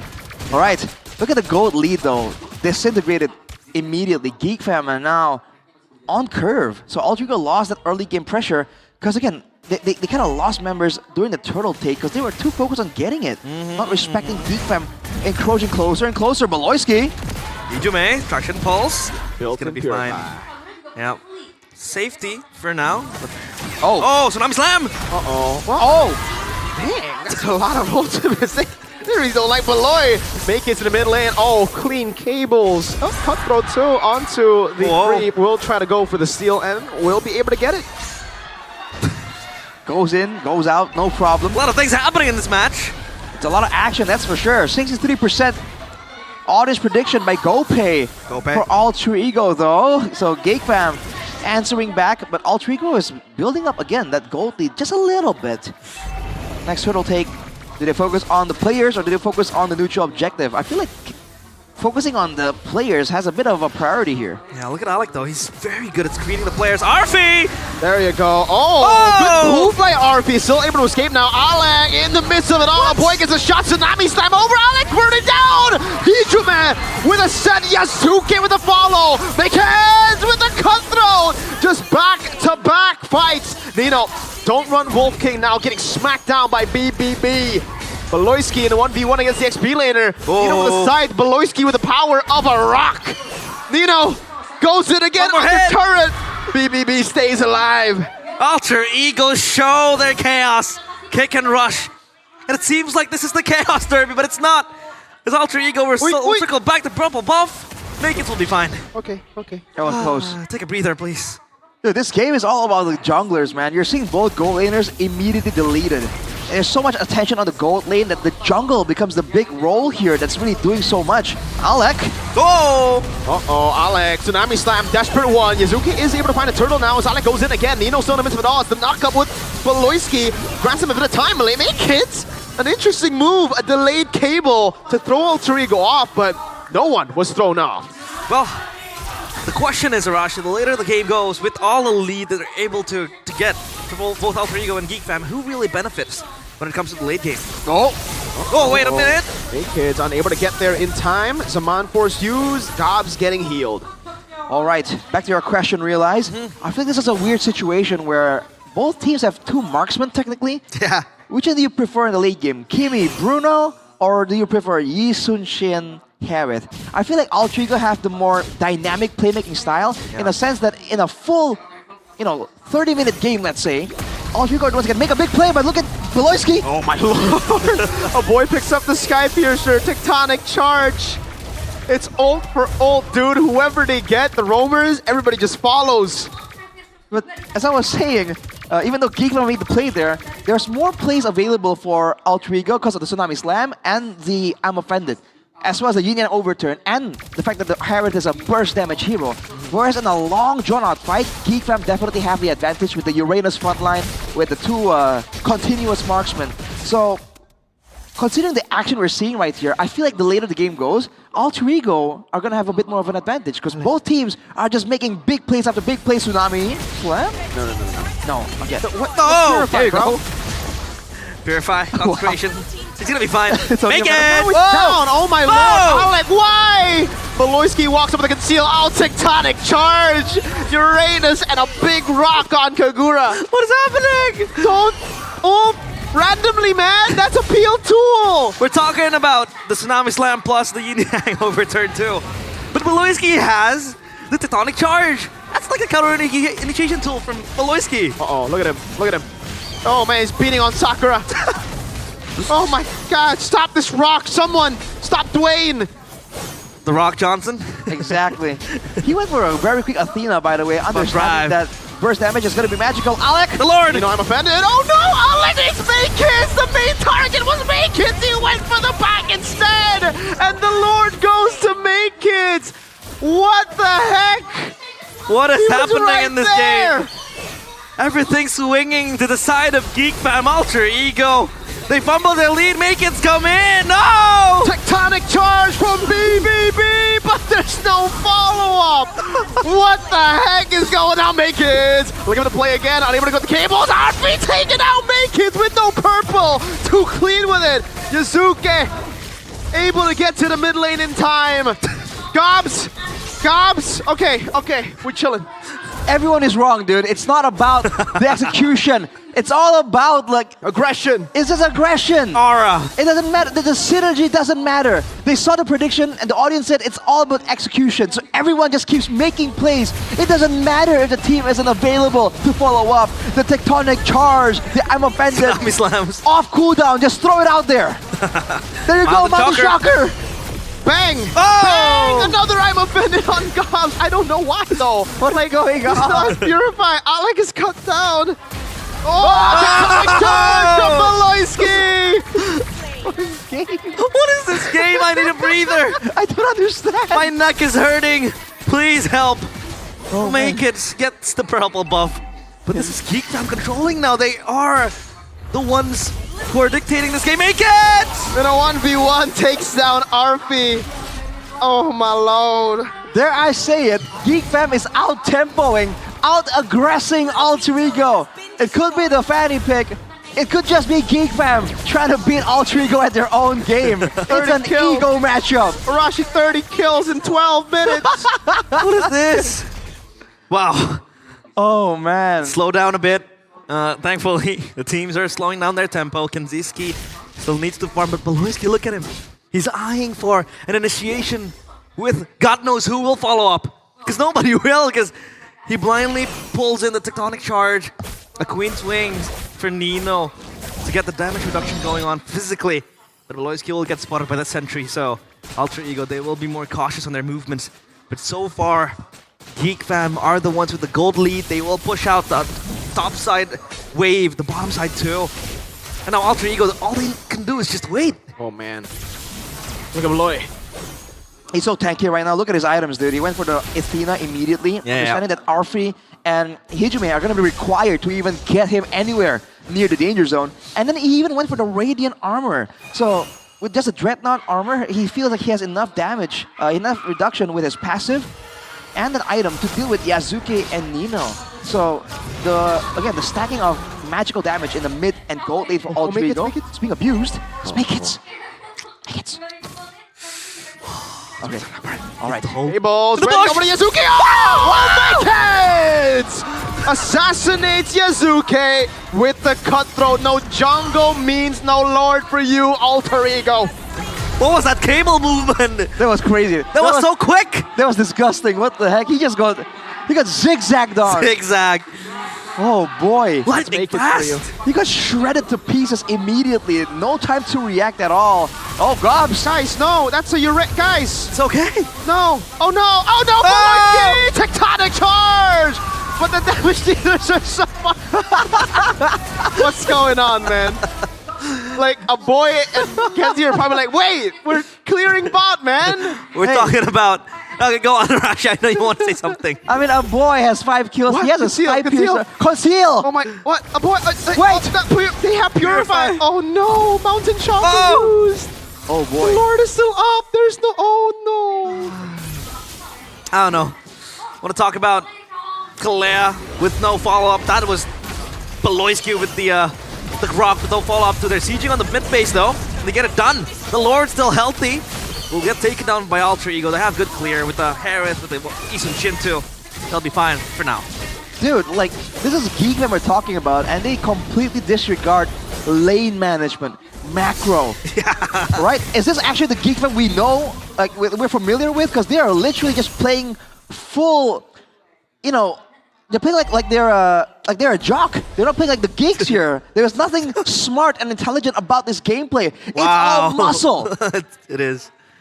It is all muscle. It's pure physicality. And is this that Tectonic Charge? There was nobody out. I'm offended. Oh no. BBB. Charge. Wow, he goes through. The crowd goes wild. I love me some unnecessary Tectonic Charges, you know? Yeah. That one was necessary. I missed the old name Completely though. necessary, that one. Tectonic Charge is like not as grand as Wild Charge. Yeah. I'm gonna call it wild. It's more thematic. Yeah. But Make's picked up the Athena as well, so hey, understanding that, you know, he doesn't have to be concerned about the physical damage generally, and if he keeps targeting Yasuke the way he's been doing here, this might end up being a really big brain genius itemization, even if the execution isn't. Fleeting time for the Kalea.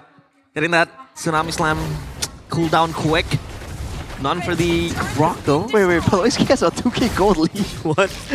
He's him, dude. Yes, that's 2k. How is he so rich? I don't understand. Is he selling rocks? Has he just been clearing like the waves with the Grok? I mean, I don't Grok. know what Dwayne's been doing, man, but he's rich. Technically, yeah, it's about drive. It's about money for him, not power. All right, you know? so he's exposing Alec for being broke. Because he broke a leg. He's saying, broke like, a leg. Let's go band for band. Oh man. Well, 5 seconds to the Lord. I don't know how Alter Ego might save this if they keep on fumbling the chances. Yasuke needs to stay alive. as long as possible. Alec, But Baloyski Alec. might look for something. Tsunami Slam! Oh, tectonic charge cancels it. Beautifully done. Makers jumps in with a cut throw. Able to find Ijume, who's walking up now. Gobs walking up as well. Kenziski. Gobs on Uranus. Walking up again. A lot of damage placed down. Well, the Bruno tore his ACL. Can't play football anymore. He's injured. He'll be out of play for a solid 30 seconds. Here we Man. go for BZ Romano. You already know Alex going like, oh, no, your turn. Right, Lord up now. Even the Indo-casters are laughing. I mean, can you blame them? This game is hilarious. 3K gold lead now for Geek fam. What are they gonna do with it though? The base tower on the bottom side wasn't taken out yet. Makekids is looking to try and make a play again. Predict like a rotation, get one more assassination. And Baloyski at this one is so tanky. I don't think Alter Ego are really a threat for him to walk up. Oh, Nino failed with I'm Appendix. Gobs still in the midst of it all now. Black. Oh, and Beta has him on for Gobs. Mortality still intact, able to heal up. Ijume. Now only does he make his way back. Baloyski gets taken down. Alec will lose his immortality. What? Mountain shotgun lands on Natalia. It shocks everyone.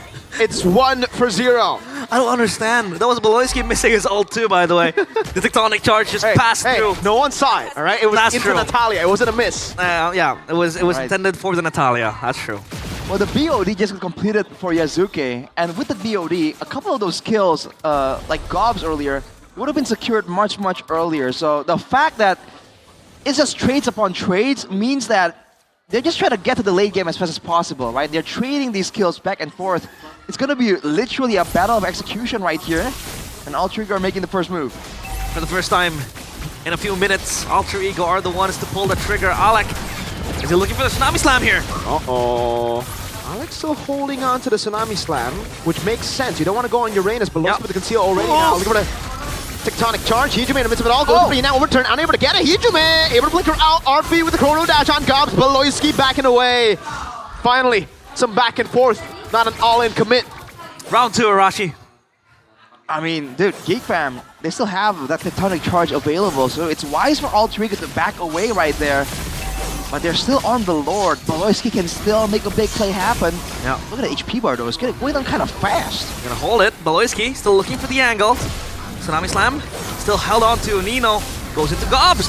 Oh! Tectonic charge landing on 2 there. Instant purify coming down as Makis looks for the play as well, but the Harith is doing so much damage. Kenzie with the pick off already. Baloyski losing in immortality is actually the cut down from Makis onto the Harith again. Nino immobilized. A boy going for the shots. Has the Sky Piercer. 2-4-0. Baloyski recalling. Geek fam on the Lord. Wow, they will take the Slord as they lose nothing. Alter Ego, Hijume, Arfi taken down. 2 of the most important players in their lineup. In a big clash like that, you would expect the divers to win out. The Yisun Shins, the Kaguras, the Harrods. But Alter Ego, they lost the mid lane and the gold lane. We're talking about how going with the rush playstyle, you have to keep your mid lane and gold lane alive. Alter Ego says, no, it's fine. What do you know? Oh! What a pick. Makis buys immortality, buys Winter Crown! Tectonic charge lands on 3, but there's no one there. Baloyski taking low. Kenziski walks up the Rose Gold Meteor bomb, but it was a bit too late for Makis. Traction pulse, not finding Nino. But look at Uranus walking up. That gave me deja vu. A boy able to go for the immobilization. Nino taking low. The ball's coming down. Nino falling, but look at the mid lane. Harith dealing with the Evolve Lord. That was GG. Good play by Alter Ego. Buying time. The Vitality and the Winter Crown purchase coming in from Makis, but still he falls down. At least it's a trade, 1 for 1, even though it's not worth it for a Geek fan. Dude, this is just instincts, right? Alter Ego had no idea Makis was there. They've done this before. Alec knows. Well, again, does he know? They've done this before. He knows. They just conceal, they run into the jungle, and they look for something. They try and sniff someone out, and they found Makis. Yep. What? The rebirth of the Brawl server. Like randomly looking or like putting your hand in your pocket and finding a $5,000 bill. That's a $100 bill, dude. That's a lot of value, dude. That's treasure. I go gold digging. That's why they call me the gold digger, because I dig for gold in my pocket. All right. Gold difference. Arashi, break it down for us. Baloyski's still up, baby. He's still up, boy. like a 1,000 something. So it's evening out, but again, aside from the roamers, I think everyone is already at full build. It's all about the item swaps and all that at this point. Oh, the wall! CC immunity. Oh, tectonic charge on 2 from BBB. Gobs walking up, pops in consecration. Beloyski with the conceal. Alter Ego back away. The problem is with this tectonic charge is that there is no direct follow-up. It has been very telegraphed, where he would catch 2 players, 3 players, but there is not enough burst. There is not enough timing for them to go in straight for the kill. I think only Makis can really follow up properly. Aside from that, they're better off using the tectonic charge as a bit of a peel tool. I'm offended doesn't land, so... Oh boy. So when the I'm offended doesn't land, does that mean she's not offended? She's not. So it's like... What do you call it? No offense. I'm supportive. No offense. No offense. No Oh, offense. I'm offended, no offense. There you go. Yeah. Hey. Not taken. Well, not taken.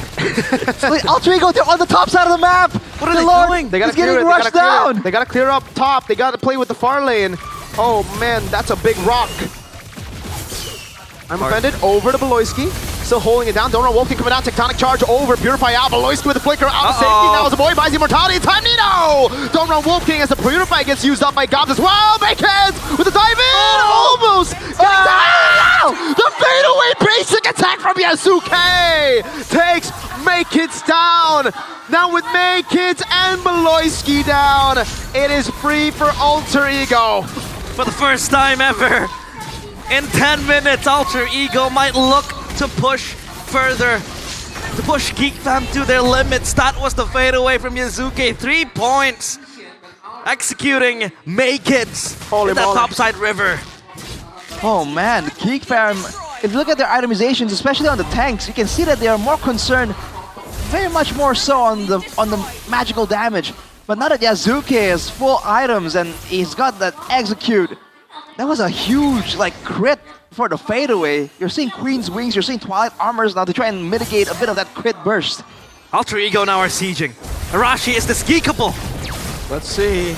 I like what we can see already. Mounted Chakra used up top. Oh, the umbrella landed, but there's no commitment. Gob still in the midst of it all now has immortality. It's gonna be Beloyski who walks in. Mounted Chakra not landing. Demobilization doesn't either, no. But Yasuki walks in. Immortality back with a Crown as well. Kenziski is still doing a whole lot of damage as the Yin overturn gets used up. Oh, Ijume with a dive. Kenzie getting the kill back away. RP with a double. A boy on it, but the base will just get targeted down. Alter Ego prevail in a chaotic game 1. This is, and this might be the real Chaos Derby, because that was full of sweat and blood, non-stop action, but Alter Ego will be the ones to claim the win. 1-0 up against Geek Fam. Sheesh! Geek Fam really said, abandon modernity, return back to our human nature, but Alter Ego have them beat. Oh my. Oh man, that you was want to go Chaos against the participant of the Chaos Derby? Not today, not yet. Well. It's hard to describe what happened, what unfolded in front of our very eyes. Those Alter Ego bringing their playstyle, their chaotic kick and rush playstyle. But it seems like Geek Fam also fell for that. They followed suit. You're talking about it. When we see Geek Fam play, they are identical with macro play, wave management, just upholding those macro values, but here, all they care about is just spamming their ultimates left and right, and that was full of chaos. Left and right in this game. Is Geek Fam swayed by Alter Ego's playstyle? They got absorbed immediately all the way into that tornado of chaos, which is Alter Ego. That is not how you want this game to go. That is not how we expected this game to go either. Well. Alter Ego still with their heads held up high, without Rin. I think it's a bummer that Rin has to miss this game, because we know Rin. He is that aggressive jungler, goes in straight, just charges into you, and in a game as high paced as that, he should have been there, dude, to get front row seats to watch what happened. Chefin, how you doing? Chefin. How you feeling? He got karma'd so hard. Oh, okay. Talk to me about this. Week 1, BTR went 0-2, Geek Fam went 2-0, Uh-huh. and I couldn't hear the end of that. And then guess what? After that, BTR Kept is on not yapping? lost. Geek Fam has not won. Like, it's crazy how things turn. How the Sheffin. turntables, man. Yeah, don't Hey, forget. shout out Karma Sheffin, works. who's watching and probably now malding. Karma is a bro. But, bro, like, man. I don't know what to say, to be honest. Like, do you want to talk about the success of Altrico, or do you want to talk about who the heck is playing? Because that ain't Geek Fam. That was weird. What I was mean, that? That was Make It's though. Make It's was really good. was good. Aloyski? But overall, Dude, he changed items so quick. He even got the rose gold in time, actually. Yeah. pretty ridiculous. Rashi? Unfortunately, again, in a full-on dive. Oh, that fadeaway was so weird. Oh, whoa, whoa, whoa, whoa! Chaos in the back room. Don't fall! And the MVP, the player of the game, presented by the official tournament smartphone, Samsung Galaxy S25 series. It's RV. Dude. Why are you laughing, Arashi? Because usually you see, you know, a cool calculated game. You see, 0 deaths. He's going 6, 6, and 9. And is the player of the game. It doesn't matter though. The damage output is there. The adjustments is there. I believe initially he went for a full damage build, and then he went and switched out for. He switched out items quite a bit there. I even lost track, honestly.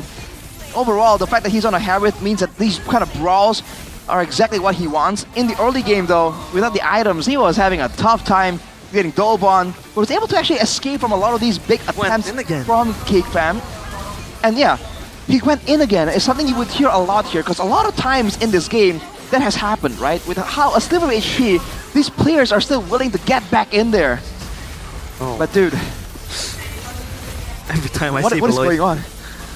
it's just, that was a good charge, but, you know, like again, the problem with the tectonic charge is that the follow-up is just hard. No, the thing is, it's a dive hero, right? Like, Grok gaps, like, closes crazy gaps. Yeah. But the Bruno and Kimmy can. So it's like, yo, wait up! And then you can't deal damage while they're knocked up. By the time a boy and Bruno makes it to the engage, they're not stunned. Well, man, the Fanny is there, but again, she can't be the only one, you know, one-man army, burst down all the players of Alter Ego type of hero. That's not how it works. Logically speaking, the assassins do fall off more. Yes. Right? That's why you see Yazuki being a bit more impactful technically. So that's like the only, the only problem. But by all means, you know, there was no need for Geek Fam. We talk about the tectonic charge being too far up front for a boy and Kenziski to kind of follow up on. But there really wasn't a big need to kind of go for that, isn't there? Technically, Geek Fam has good kite ability. They can wait for Altrico to pull the trigger with a Tsunami Slam, with an I'm Offended, and then just counter, right? And in a sense, that would kind of ensure that Altrico are in position for Attraction Pulse, for the balls from Kenziski as well. But none of these fights were all that calculated, right? It was just chaos, man. It's the type of game where you don't even know who to vote for. It's the BOTG. Who was your vote? Who were your votes, guys? I went RF, dude. I think eventually I went for RF because he did, you know, quote-unquote carry the game. A close second I would go for was Yazuki. Yazuki, yeah. Some moments there were really, really good. Yazuki. But dude, I wanted to go for Alec, but his Tsunami Slams onto Gobs was just shut me off. Yeah. That's the first blood warrior, Alec. But at least he realized that, you know, the Tsunami Slam towards the Uranus wasn't worth it, so he stopped for a brief moment. Anything else you want to highlight, Mirko or Rashi? Let's get into game number 2. I want to see how many kills we get, because right now we are 45 kills at 45 in 24 minutes. I don't know if it is. Do we? Is it? It should be up there, by all means. I'm trying to look at the damage dealt. Gotta check. Surprisingly, towards the end there, Maykits is still like the second highest damage dealer. So Kenziski actually is the one that kind of zoned out. Can't really do much. And you can understand why. Against a Harith, a Ruby, a Yisunshin, a Kagura, these are all like one-shot threats. And that's why he even built the Athena shield. It was an Athena on the Fanny, okay? There was an Athena on the Bruno. So the burst damage is something that they were really concerned about. Did you see where Beloyski dealt more damage than Kenziski? It's Dwayne, bro. But yeah, what is a ball to a rock, right? Have you ever played football with a rock? Yeah. Yeah, no, not a fun time. Yeah, it hurts. But the question is, will game 2 be of the same tempo? At this point, it better be, right? Like you already set This up is the for, bar so high. Yeah, like game 1 was, this is the bar of action. You might as well just go full send, man. Like, what's the point of playing slow now? Yeah. Alter Ego clearly don't want to play slow. It's up to Geek Fam. It's like Geek Fam, if you win early, then you can set the pace.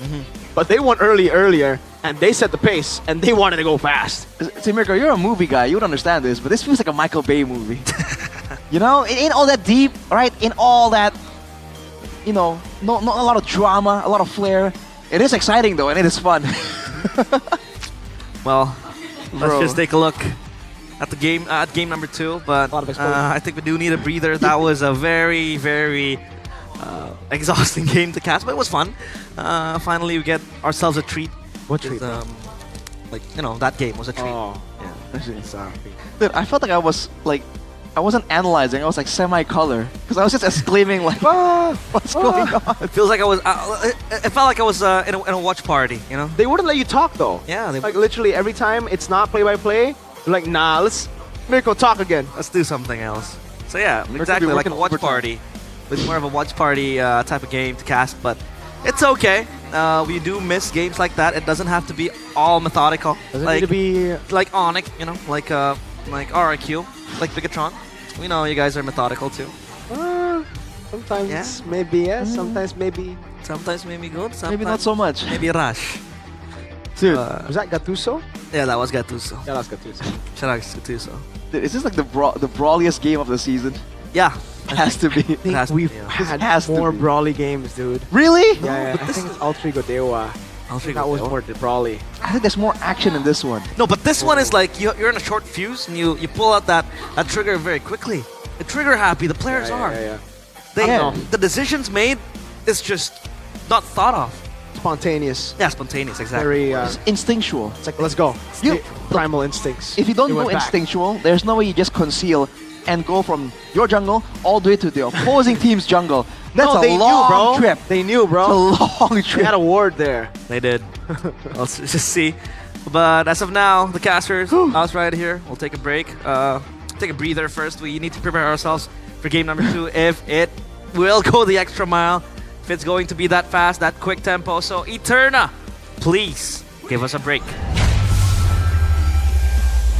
Magang kalian, dan untuk hari ini kita ada sesuatu yang spesial karena mumpung kita lagi dalam break between game 1 sama game 2, aku mau kasih tahu kalau misalkan kalau kalian datang ke MPL Arena, nggak cuman pertandingan yang seru yang akan bisa kalian nikmati, tapi juga banyak banget produk-produk kolaborasi MPL yang super seru karena ada beberapa produk juga di mana kalian bisa mendapatkan voucher ataupun apapun itu yang kalian bisa tukar in-game maupun itu skin ataupun diamonds. Jadi kita lihat ya, yang pertama ya di sini kita ada Good Day X MPL dan salah satu favorit Eterna juga ketika lagi mungkin capek atau lelah setelah nge-cast atau mungkin nge-hosting juga. Dan favorite Eterna sendiri tuh yang avocado sih. Jadi banyak banget rasa-rasa dan varian yang kalian bisa nikmati. Yang kedua kita ada Good Time. Karena kalau ada Good Day, pastinya kita juga butuh a good time. Ini salah satu kolaborasi juga bersama MPL. Dan of course kalau misalkan kalian pendukung Geek right now ya 1-0 untuk Alter Ego, pastinya kalian butuh boosting mood sedikit ya. Jadi di sini ada good time yang hadir buat kalian juga. Selanjutnya kita di sini ada Yoritos. Ini enak banget, jujur personal favorite. Kalau aku nge-cast ngantuk atau apa, kalau misalkan aku juga lagi di rumah bermain game, nge-rank, butuh penemani untuk membantu Eterna. Eterna juga suka banget nikmatin Yoritos dan juga ada banyak banget rasa atau variannya juga ya. Ini yang rasa jagung bakar pedas, di sini juga ada rasa keju, rasa ayam bakar, pokoknya kalian bisa explore sendiri. Lalu terakhir, last but not least, kita juga ada kolaborasi sama Kila Food Basreng. Jadi buat kalian para penikmat basreng, ada yang varian pedas, ada juga yang versi original. Ini yang Eterna pegang tuh yang original. Jadi kalian jangan lupa untuk check it out karena these are my personal favorites. Aku juga tahu kalau misalkan ini ada di backrooms itu sering banget cepet habis ya karena para talent, para caster juga suka banget untuk menikmatinya. So excited to see you guys try it karena super enak, and kita akan melihat kelanjutan untuk match yang ketiga, game yang kedua. Siapa yang akan menang?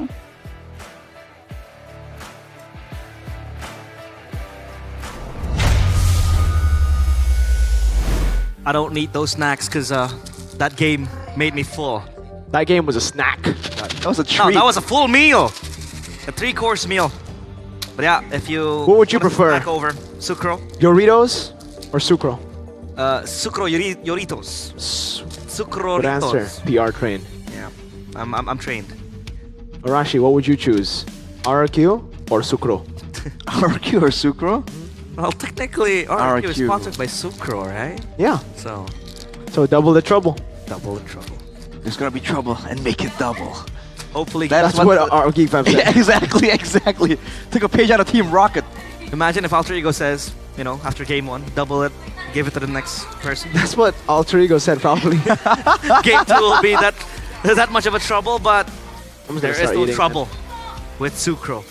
The trouble comes when you don't have Sucro, because Sucro is the coated peanuts originally that's from good. Indonesia with flavor variants that are perfect Try that. That's a Kribo flavor. to accompany your gaming experience. This is the Kribo you try flavor. it. This is our exactly. favorite. You try it because there's barbecue, Kribo, I and tried this soybean before. as well. So I you tried make your this day before. even more exciting The for Kribo sure. is actually so good. So good. Pro gamer snack with Sucro.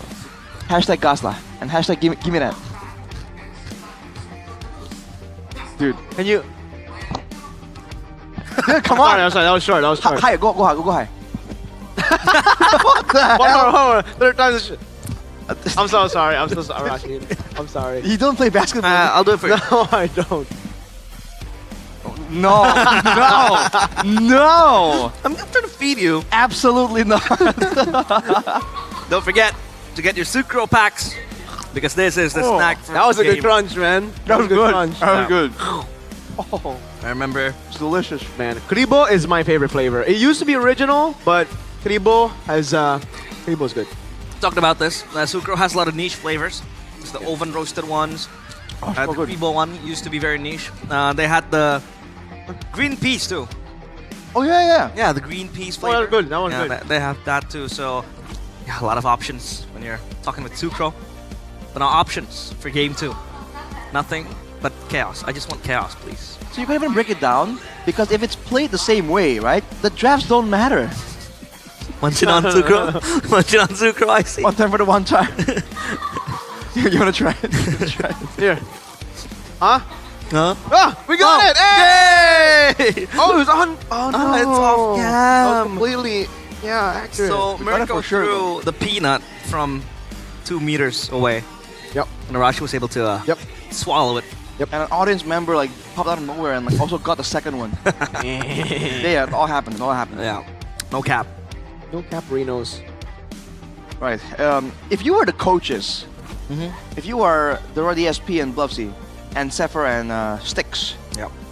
what's the convo you're having with your players right now? If I was Zephyr, guys, do exactly what you did. You won, right? Like, do exactly what you did in game 1. If it ain't broke, don't fix it. Yeah. If I was Dora DSP though, I'd say slow it. down. Yeah. Fix it. Don't tolerate tempo, because obviously Alter Ego wants this to happen. It's like social engineering, you know?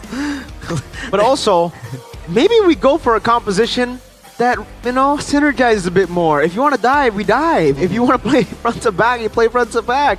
That was like we have a really good back and a front that wants to go deep. Yeah. Like deep. Dude, if I was Dora DSP, first question immediately is like, what happened to my team? Like, who are you guys? Like, imposter alert immediately. Call the bells, ring the bells, and call off the meeting. That was it's such a foreign sight to see. A brawling Geek fan. Yeah. We haven't seen that in a long time. You have to understand, like, I feel like the last time we saw a really hardcore brawl Geek fan was back in the Renvi days, you know, the all-roll Renvi days. With Frieza. I remember him. The good old Geek fan. The teasers, right? So there's someone, gold lane, and then NV. Yeah, and then he's like all roll. What's his name? Adam? Adam? I forgot. But it's the old Geek fan. We haven't seen that in the modern... The old logo, right? The modern age Geek fan has not shown us that kind of performance just yet. But ladies and gentlemen, Game number 2. Hopefully we get the same results and the same tempo, if not better. And the previous game, presented by the official tournament smartphone, Samsung Galaxy S25 series. Arlet banned out, Uranus banned out too, Fanny taken out. Because Geek fam now, what do they want to go for, especially when they are on blue side? Kalea, first pick? Yeah, Kalea might But be... then it'll be very good CC option. Gata on the other side. See, Gata. that's why I feel like they should have just gone CC Gata. Like, they overthought it, dude. So, it's time to play your cards right here. Well, what do you go for, Arashi? I don't know here. Jusin? Jusin. They ignored it game 1. Both teams ignored it. Yeah. They want to just damage, bro. Toxia ban. Fusion would have worked well with how the game went, technically. CC or Kalea? That's the question. I would go for Kaleo, I think, personally. Ah. So no prior towards YSS or Lancelot in the first Oh, pick Lance. anymore? I would go Lance. Yeah, Lance is also available. That is an option. Makits plays that too, and he is very apt with those assassins, so that could be an option. But Alter Ego can just answer with CC Gata too, right? Yeah, that's the thing. I think go Kalea, see what Alter Ego go for, because they could go Yisun-Chin or Lance, and then you pick whatever's up, plus the Jusin. CC. They go CC. Ah. You don't like it? This CC first pick thing, overrated. Ah. Overrated, especially now, because Alter Ego can just go Kalea. No. Huh? They go Jusin and Harith. Jusin Harith. Okay, never mind. CC pick is amazing here, because now Geek get to pick up Kalea, right? Do they even want Kalea? It looks like they don't. Yeah, you only think that they might. Kalea Lance, right? Normally, that would be what you go for. But knowing Geek, Farsa Lance? Do we even really know Geek? You might not only know them. Gatot Lance.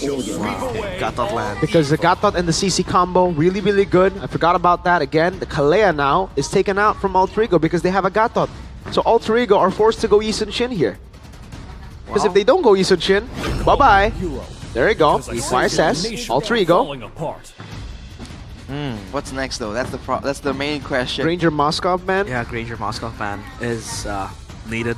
And then Geek fan ban What if they ban Kalea? Kalea is still open. No, they have Gatot, right? Don't think they have to ban. Oh, yeah. Not necessary. Are they gonna might ban away like the the more movement heavy, the more sustained like fighter based XP laners maybe? Because they want the CC to be able to just shred people down, right? So they don't really mind like a big tanky guy. I would want to ban Badang. I would ban Badang here. What goes well against the CC up in the XP lane? Badang. Badang. Pretty good. But that's alright. Because you can disengage. He's trying to like smack you with the yo-yos and you're like, boom, back off. Oh, but they go for roam band on Alec instead. The Prio that they always rely on. What? Nino semangat. 3 pacarmu. Wow, Nino has 3 girls. So Nino, Nino- greedy Nino. The sign says Nino has 3 girlfriends.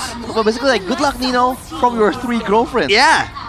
Wow. It's a player, just like Arashi. Expose them. And Chefin. And Miracle too. Hey, no. You're loyal. One. Yeah. Only one. Shout out Louis.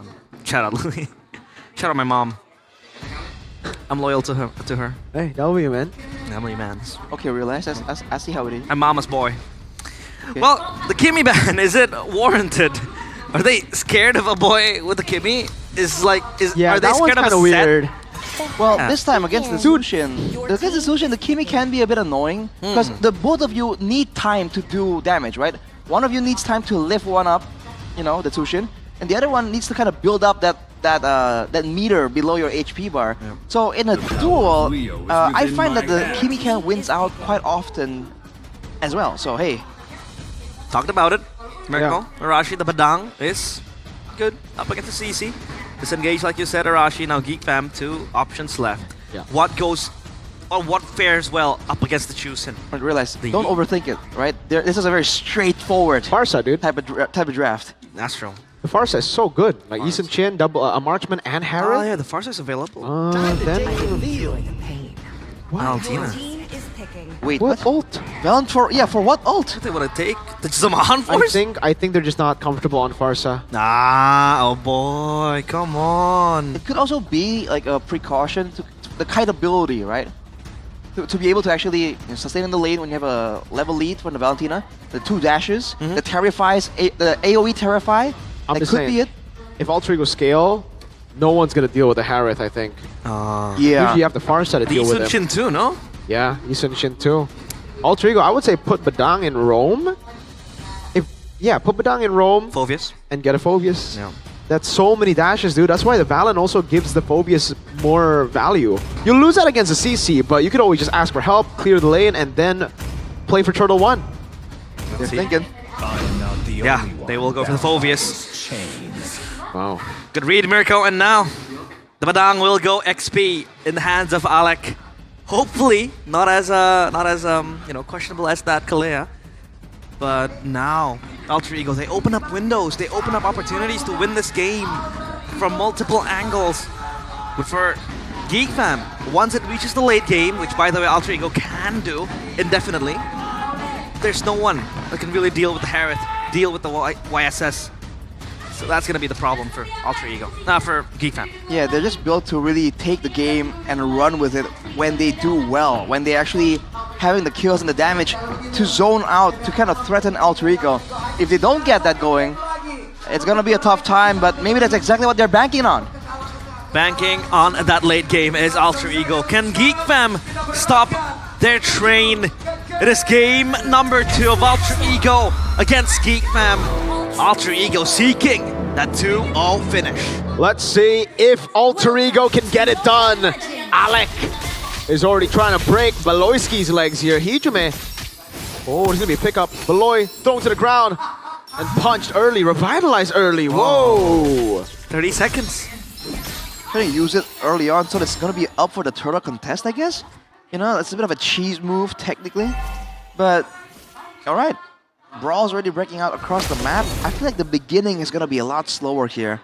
I feel like that first turtle is going to be the signal, man. The signal to go absolutely crazy. Ooh. Good trade by Kenzie. Yep. The Bruno, very high end crit. Yuzuke is here to get that gold crab. So at least the Yisun Shin can go quickly. Fist crack, or fist break rather. The pick off against Beloyski won't happen. And for now, I think for Alter Ego, they can just go for these like small skirmishes. They themselves want Yazuki to be able to farm up anyways, right? So Geek are the ones who can kind of make more plays happen, abuse the Gato passives, abuse the Valentina early game fighting prowess, and the CC as well. Taking a look at the emblems with Games Max, firmness and tenacity for Beloyski, full tank. It's been the full tank for the whole time. Yep. Ticket number 1, no surprise there. Agility for Nino and Hijume, so it's all about moving around for them. Hijume is trying to be as active, but he's not on a burst hero any longer. So we'll see if he's comfortable with this situation. Alec. Uh-oh. Terrified. Taken now. First blood to Beloyski. Flicker up from a boy. Beloyski has revitalized back up. Will be able to pop it in as he goes for the big bonk on Yuzuke. Turtle number 1 spawning in the game. Without Alec though, this will be hard, won't it? At least Nino is close by, and that gives the window for Alec to respawn. This objective will be very, very important. Beloyski! Crimson Beacon with a jump also from Nino. Beloyski gonna be lifted up. Nino walking up again for the pursuit. Oh! Nino! Flickering out as well. Retriever Makin's on point! But Yazuke goes in for Traceless. Mountain Shocker stealing to stun him up, but he's still able to survive. Comes! What? Hijume flickers in. Alec lives with a sliver of health. Alter Ego, they live in the chaos, man. This is exactly what they want. Geek Fam is serving it to them on a silver platter, and Alter Ego will take that bet. They take those odds. Wow. This is going to be Alter Ego maximizing the chaos. Harvey! Oh my lord. Zaman Force, Chrono Dash, Synchro Vision, everything thrown at Kenziski. Is this Bruno supposed to suffer? I think he's gonna be suffering for a while here. In trades at least, I think Bruno can win in an all-in, but before level 4. Now RV at level 4 will be able to actually bully Kenziski a lot more in his lane. And again, Geek Fam, they don't really have a solution here for the chaotic fights that Alter Ego can bring to the table. Because at this point, they can engage with Phobius, they can engage with Badang, they can engage with Yazuki as well as Hijume. So everyone on the side of Alter Ego, except for Arfi, can start off a fight. Geek Fam can't say the same thing about their own lineup. Hey, Mirko. A wise football coach once said, we need to suffer. And Kaziski will suffer that lane slowly but surely. Shout out Carlo Ancelotti, best coach in the world. Whoa. Now, Hijume with the Crimson Beacon. Oh! Oh, man. Oh, boy. The lock. Thrown back into the Kabedon. Oh. Man. That's what we're talking about. Maybe that's why they wanted a boy on the Valentina, more escape tools. But when you get you know, locked down like that, again, the layering. Kenzie, no! Kenzie, run! What is he gonna do here? Okay, he gets the worldie actually. Okay. Okay, he's gonna. Oh, the turtle spawning. Oh man. Okay. Saved by the bell. But yeah, a boy is on the flicker as well, so he can very easily get locked out. Nino is the target here, but he can fight. He can take this fight. Yeah. This is the thing. Phoveus is very strong. Oh my lord. Again, Badang Phoveus, man. Nino's already shoot 2 members away. Alter Ego. They reclaim position on this neutral objective. Yazuki's on it, a boy. Yeah, you gotta be careful. A boy. What? No! Why? What? Flicker out for Alec, but let's see with the AOG trying to save a boy. There's no respect from a boy, dude. What the helly? Geek fam slowly crumbling, disintegrating. That's a boy giving 2 petty deaths towards Alter Ego. And Suzuki will claim that Baloyski. Oh no. No AOG, he gives up. He gave up. He's just standing there. Arfi. Oh, Nino 2. Everyone's winning. Oh my lord. Look at the boy Alec. Losing by submission. Oh boy, this is a tough scene to watch. Is it tilt? Is it... I don't know what could cause this. This is Geek Fam we talked about, the strong mental. Yazuki makes a play once more. At this point, Geek Fam are just running it through. They're trying to go with the motions. They have not attempted a single move, a single play here. It's Alter Ego's control the whole time. So far, Geek fam, a very difficult game to traverse their way around. Hijume has been very efficient with the juice and rotational plays being made, and even pressuring make-its like this lift off. Oh man. I don't think they can kill him. Because the Lancelot is very mobile. Shoulder bash there onto not make-its, so quite interesting. Again, Geek can play safe all they want. That means Yazuki just gets to farm even more. And eventually you can see this. The moves are gonna move into the jungle of Geek Fam. Oh no. Purple buff. Yeah, Crimson Beacon, no red tree given. Not an opportunity, not at all. Alter Ego are taking the game and running with it. Well, YSS is known to be a conqueror, but I didn't really think he would conquer everything in the Land of Dawn as of now. Geek Fam lose their bubble buff for make-its. They lose tempo. They lose control too. And the neutral objective next on the chopping block for them. The turtle will spawn in 16 seconds. And Arfi down bottom just chilling. He's gonna farm to late game. That is where the real deal happens. Baloyski cards up, but he's gonna be fine. With the game being kind of brawly like this, you can see Alec already going for the Thunderbelt. He's gonna get a lot of stacks, man, because the members of Geek Fam are very willing to engage in some of these fist fights. Easy turtle for Alter Ego. There's no contest. No, it's not that there's no big ultimates. There's no control over the map. The ultimates don't even work. AOG yet to be spotted. Done by Baloyski. Counter engage. Unable to be pulled off. So as of now, Alter Ego are playing this to perfection. But talking about the late game, right? Isn't there a single member in Geek Fam that can really operate the late game? I mean, the Bruno is a factor, isn't it? Yeah, technically more DPS compared to Arfi. Although in the Zaman Force, not so much.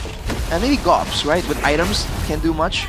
But right now, he's like ahead in EXP compared to Nino. And he's still getting gold. He's not really shut down, being dove on again and again. Might have spoken too soon though. Hijume is in the area. You wanna go for the dive, Mirko? Suzuki. Yeah, we're gonna turret. Again, this time it's Gobs. Mountain Shocker, stunning him up. Dark Wave landing, the AOG cancel, Baloy! AOG's out of there. Make it trying to go for the purple buff, but Yuzuki's right there. A retreat to secure it. RP though, now with Purify out. Just dashing all across the place. Now it's Montage! Fist crack from Alec! Complete destruction of Geek Fam. They go for the finishing blow. That's make-it schooled back to the base. Oh boy. There is no answer to that fist crack combo. Whenever Alec goes in for the play, Geek Fam just say, dude, that's one of us beat up. That's unlucky, and they go home. Skadoosh. There was no response, no counter, no protection. Yeah. Oh man. I don't know what to say. I mean, the CC and the Lancelot building the same items together. Should be the brute force. Yeah, wait, that's kind of trippy actually. Yeah, multiple times we have seen that being purchased together, but 10 seconds to the Lord, and this will be uncontested again. I mean, Geek Fam, they need to do something at least. Crawl out of the darkness and possibly pull off something, but they won't chance it. Because Alter Ego are very scary in this time of the game. Are they just planning on letting Alter Ego have their way and then like waiting for Alter Ego to throw? And then it's like a different rendition of the whole Geekable angle? Well, if this is the case, I don't think they really can. I mean, if you want to talk about the Geekable part, this is not the best high ground defense heroes they have. You need to dive in back. Alec might look for a flank angle. The fist crack might look so delicious here. He's gonna hold it. Dude. They will get the turret. Thank goodness Alec didn't have Flicker. That was 4 members grouped up together, walking together for Geek Fam. He just stands there menacingly and forces everyone to back away. Oh, shield down. Well, the Lord's not even there yet. 10 minutes. That's on Holy Shield. Gonna be Alter Ego managing the waves a bit more. Is this gonna be the moment where Geek Fam attempt something? You know, a counter engage under the turret? Is that what's required? And here's the thing, Arashi. Oh wait, with the Valentina, your clear is not good. Yeah. Alec going for the fist crack, over the Gobs, RB! One more Chrono Dash, doesn't get it there, but Beloisi's gonna get cancelled out, big taunt, but Alec punches him. Hijume flickers out with the Crimson Beacon earlier forward. Alter Ego looking for the mid lane base turret. They've already cracked open a far lane base turret. Curtain call over to Nino. A boy's looking to play again. Just Crimson Beacons out of there. Cannot push the tempo. Horrible wave clear on the side of Geek Fam. Paving way, the doorsteps of Geek Fam is Alter Ego. They want to end it quick. They want to have that win secured in their bag, but I think they got to wait for the next Lord to spawn. And again, like you mentioned, Mirko, the clear isn't the best. So if you want to talk about the Geekable part of this composition, I don't think it's the best to do that. No, it's not, but I don't know what other strat they have you know, to bank on at this point in time. 11 minutes in, 9k gold behind Geek Fam with 2 base turrets down. One on the far side of the map too. What about protect the Bruno? Well, that's part of the whole Geekable strategy, is it not? I don't think it's enough though. The Bruno ain't a Natan. The Natan can solo carry. Bruno, you're doing single target damage, dude. Nah, Natan pierces through, right? Yeah, and Arfi is ahead. He's gonna burst you down. Your front line. Problematic situation now. Geek Fam complicating already a difficult thing in their eyes. So Alter Ego, they're just gonna play the patient game, waiting game. Because like you said, Arashi, I do concur that there isn't really an alternative of how Geek Fam will pivot, of how they will play. And all it takes is just one set from Alec to end them. And look at Alec. He has the flank angle to come from behind. You know, we're safe outside of the base, so Geek Fam are kind of locked in. Locked out of their own jungle here, unfortunately. Kenziski, though, if he's going to be the main carry here, he's only on the core 3 items with the Malefic Gun. He has the extra range to speak of now, but again, his safety is the main concern here. He will be able to output them damage, but he's also going to have to contend with being chased down by Yazuke, by Alec, by Arfi. See how this one goes. Rashi, is it over? Or Might is it just be. Geekable? 8.6k gold. See what I mean? That's the only angle we can kind of bank on. But it feels like it's only justification for Geek Fam. I mean, if this was a different team, what else would they think about, right? This Geekable whole narrative is because of Geek Fam and what they're able to pull off season 14 against Onyx. But I think this time around it's not going to come to fruition because Alter Ego, 9.8k gold lead. They're going to press the base again, especially now the Lord is in their hands. And they are just corralling themselves together towards the base. Game fact by Gope. Phobius becomes Nino's most picked hero. And that was a quick fact. Very quick. 57.14% win rate on this Phobius is what it said next. Thank you, Mirko. Yes, sir. All right. Final push here, potentially. Make his stun up. Oh, Alec with over. a move. That's a pickup on Malloy. The AOG Soul Gobs knocked up Yazuke. Gets slain. That's a boy with a shutdown. But Alter Ego say you can get all the shutdowns. We'll get the game 2-0. Clean sweep. A stop. Geek fam, not given the choice to play the game. All they can do is just only geek their way into the Dying Night, but Alter Ego says otherwise. They bring the chaos, and they bring the 2-0. They bring the chaos and Geek fam oblige. Wasn't the wisest of moves. It sure made for an interesting game 1, but game number 2, that one was a lot more direct. A statement from Alter Ego that they are the captains of the stormy seas. Yar, mar. Well, the general gazes in confusion because it seems like Geek fam doesn't really have that option, but hey, Yazuke finally thanking God because he is finally able to pick up a win, especially as a rookie. Especially so far, it's always been Rin as the main option. And so far, as a Yi Sun-shin, 2 games straight, he was able to kite it to the late game and scale. And that was the problem we talked about, scaling. What if this team was able to hit its power spike and scale to the late game? That is where the problem will occur. Oh, dude. Geek fam have got to think about what they need to do next. Because right now they are in the red zone. Let's take a look at this interview by Bude Clara Mongstar, translated by me. Alter Realize. Champs akhirnya tersenyum dengan kemenangan dari Alter Ego. Alter Champs are glorious in smiles. Yang akhirnya didapatkan Nino. Ini pada sampai rindu loh kemenangan Alter Ego. You know, everybody is missing Alter Mereka Ego's tadi raguin victories. kita sih Bude. Iya, mereka raguin kita katanya. They doubted us. Ayam katanya. All they talked about is chicken. Panas aja sih. Oke. Jadi nggak setuju kan kalau kalian ayam? So you're not Nggak chickens. setuju lah, kita juga bisa berjuang gitu loh Bude. We're not chickens, we're not cowards, we fight. Sekarang apa nih yang ingin ditujukan Alter Ego 2-0? What was Alter Ego able to showcase? The 2-0. Udah banyak nih bekal untuk minggu keempat.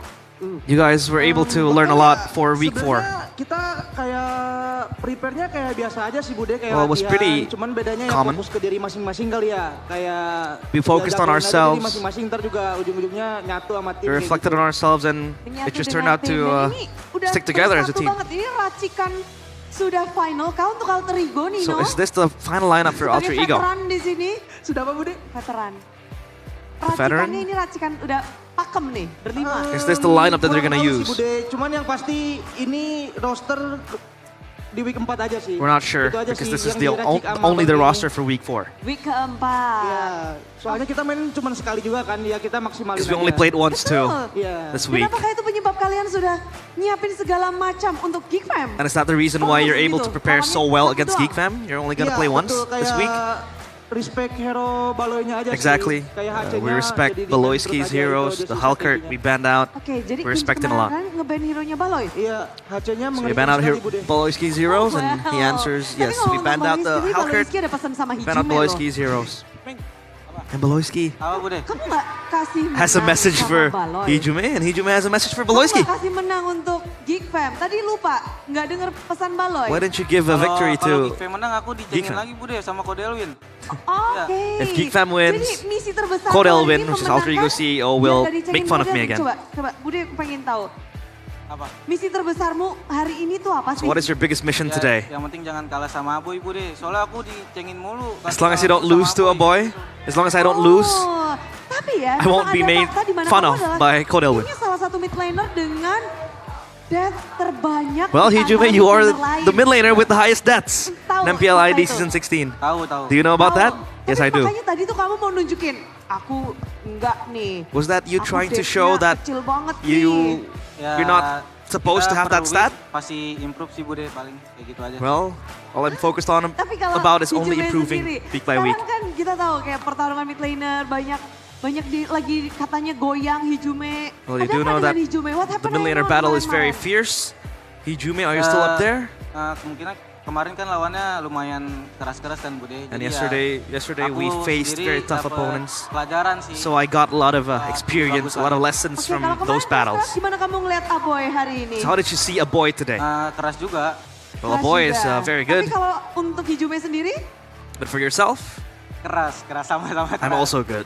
Oh, pokoknya ini lagi keras aja ya. Or a boy is also good Lagi sama-sama in the face of keras. Hijume. Tapi untuk tadi berarti menang di lane-nya. So did you win out your lane? Yes. Apa yang beda? Yes, he did win out Hijumenya his yang lane. beda atau gimana? Karena What's junglernya different? si Bude yang beda. Because of my jungler. The jungler is Juga. different. Halo. Coba Hello, Yazuke. Halo. perkenalkan diri, namanya siapa? Introduce yourself. Yasuke Bude. Yasuke I'm dari Yazuke. mana? Dari Where are you from? Sulawesi. I'm from Sulawesi. Hai. An island in Tapi Indonesia. Yasuke hadir ke sini akhirnya bisa ngobrol sama Bude. Kemenangan Finally, Yazuke, you're able to talk with Bude. Give him a round of applause. Seneng banget tuh Alter Champs, happy banget. Tapi Yasuke, akhirnya loh menang Finally, pertama. Yasuke. Ini udah ditunggu-tunggu Your gak sih first sama win? Yasuke? Gua tunggu-tunggu. Have you been waiting for this? Pada akhirnya Yes, I bisa have been waiting for this first win. mewujudkannya. Apa nih? Rasa kemenangan. What is the feeling of victory here? Enak banget. It's very good. I'm very happy. Bude penasaran. I'm Kemarin curious. debutnya memang agak Yesterday your debut was not tapi the best, apakah kondisi dari Yasuke sekarang sudah berbeda? but is your condition Sudah now lebih nyaman? Apa different? gimana, Yasuke? Are you feeling better? Sekarang udah berbeda sih Bude. Now it's different. Apa tuh bedanya? My condition is Dulu gak different. bisa YSS, sekarang bisa. Yesterday I wasn't able to play YSS, now I'm able to play YSS. Or Dari Yisunshin. Alul. Rine. Rine. Oke, diajarin. So Rine, memang or Rin, kemenangannya taught me how to play YSS. Iya. YSS bisa open map. Oh, simpel ya. YSS is able to open up the map. terang. Oke, tapi kalau ngelihat dari Yasuke sendiri hari ini bermain. Yasuke, melawan today, tim Geek Fam. playing against Geek Fam. Kayaknya salah satu hero signature-mu harus kamu One lawan. of your signature Melawan heroes. Fanny dari Make It. You have to face off, which was the Gimana Fanny, Yasuke tadi? the hands of Make It. How did the matchup go? Ini jago Bude. Kalau Fanny Yasuke gimana? Make It is very good. What about his Fanny? Biar orang lain yang menilai Bude. Oh. I let the others be the judge of that. Kita merindukan juga ini Fanny Yasuke akan muncul lagi nggak? We missed your Fanny. Will it appear again? Tergantung. Tergantung. Depends. Tapi pengalaman akhirnya menang, ngedapetin But di at the end of the sini, day, menjadi experience mental wins boost out. pastinya untuk Yasuke. This is going to be a mental boost for Iya, you. tapi untuk Yes. sampai pada titik ini perjuangan Yasuke gimana sih? But how did you fight your way through all the hardships Perjuangan si Bude. to Kan get to this kemarin stage? week 3 gak pernah main sekalipun scrim. Sekarang dikasih kesempatan lagi. Week 3, I didn't play at all, even in scrims. Now finally I'm given the chance to play again. I'm very happy. Buat yang ngeraguin Yasuke, Do you have anything to say to your doubters? apa? Enggak, ini buat khusus Yasuke nih. Kan banyak yang ngeraguin, gak dikasih main. Oh Alek. Alek katanya Bude. Lu kok langsung Alek Alek. lempar ke Alek ya? I'm just gonna pass the mic to Alec, he says. Bentar, kalau Alek beda nih. Alek, Alec, Halo Bude. nanti siapin kata-kata ya tapi ya. Tapi Alek, prepare words for later. hari ini kamu kan ngelawan Baloiski, satu player yang Today you face Beloyski, dinilai menjadi salah satu hal yang susah banget gitu loh. one of the hardest roamers to play against. Kamu berhasil untuk But you were able menanggulanginya, to berhasil beat him. untuk nge-tone down. Apa You were yang Alek able lakukan di to lane of contain him. down? What did you do to do that? Belum. Everybody's applauding for him. Applauding for him, excuse me. Sebenarnya nggak ada treatment lebih sih. Actually, Cuma there's kan nothing special. Week 3 aku dikasih But main kan. in week 3, I was given the chance to play, kalah, and nggak ada yang menang. I lost. I Terus didn't aku win udah ngerasa anything. Week 4 kayak nggak main lagi dah. And I Terus felt like dikasih week 4, I won't be sama playing anymore. Bang Kenny sama coach aku. So we talked Yaudah, aku mau about it ngebuktiin kalau to Sefer or Kenny, our coach. And I want to prove that I still belong in this roster. Memang di sini Alter Ego mereka juga berjuang ya untuk dapetin slot bermain di MPL. I want to prove that I still deserve to fight. Alex sudah rancang untuk melawan Baloiski. And what did Alec prepare for? What did you prepare for nggak ada sih, leading this Bude, match kayak biasa. towards Beloyski? Main kayak biasa He says that he didn't prepare anything special. Ya Bude. Jagonya Alec gimana? What's your Nanti specialty? aja, tunggu tampil lagi. Oh, oke. Just wait. It'll pop up soon again. Lagi banyak yang nunggu-nunggu Alec jadinya nih. Tapi Harvey dengan Harvey, permainanmu hari ini. With your play style today, with your game today, Apa Bude? Kenapa kalah mulu Alter Ego? But Alter Ego kept on losing. Habis 2 kali menang, 3 kali kalah. After winning twice, losing thrice. Apa ya? Apa ya? What do you want to say? Arvi. Be quiet, he says to the Ultra Champs. Gimana pengalaman harus menelan kekalahan, main di How did you make GH? up from the losses that you had to experience? Apa ya? Pemanasan Bude. It's just a warm up. Mantap. Those losses are just a warm up for Arfi. Pemanasan yang ngelawan Onyx tuh pemanasan. Enggak, itu Against Onyx is a warm up too. Raja terakhir tapi And he udah says dapet that 2-1. Onyx is like Udah- the team to beat, udah the ini final nggak boss. sih? Udah hasil baik gitu, udah cukup puas, bisa ngedapetin 1 poin atas But against Onyx Onyx, nggak? you were able to get one game. That's a good Win streaknya result. Onyx. Langsung wow gitu nggak? Did you exaggerate the win against Onyx? Biasa aja. Kalau Arfi tadi says, menang nah, 2-0, it was all biasa casual. aja sama. It's Belum just the ngalahin same. Onyx Bude.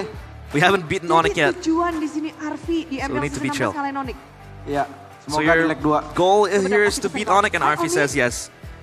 Would have beat them in the second kamu leg. jago banget. And Arfi says, hi Jadi Onyx, fanboy gitu. why are you so good? Di sini Arfi malah nge-fanboyin, tapi nungguin berarti leg kedua. Why are you fanboying? He Pengen says, ketemu she says. Onyx lagi Bude. And Arfi says, ketemu Onyx yeah, I want to lagi. see Onyx again. Dengan hasil What's the result you want? 0.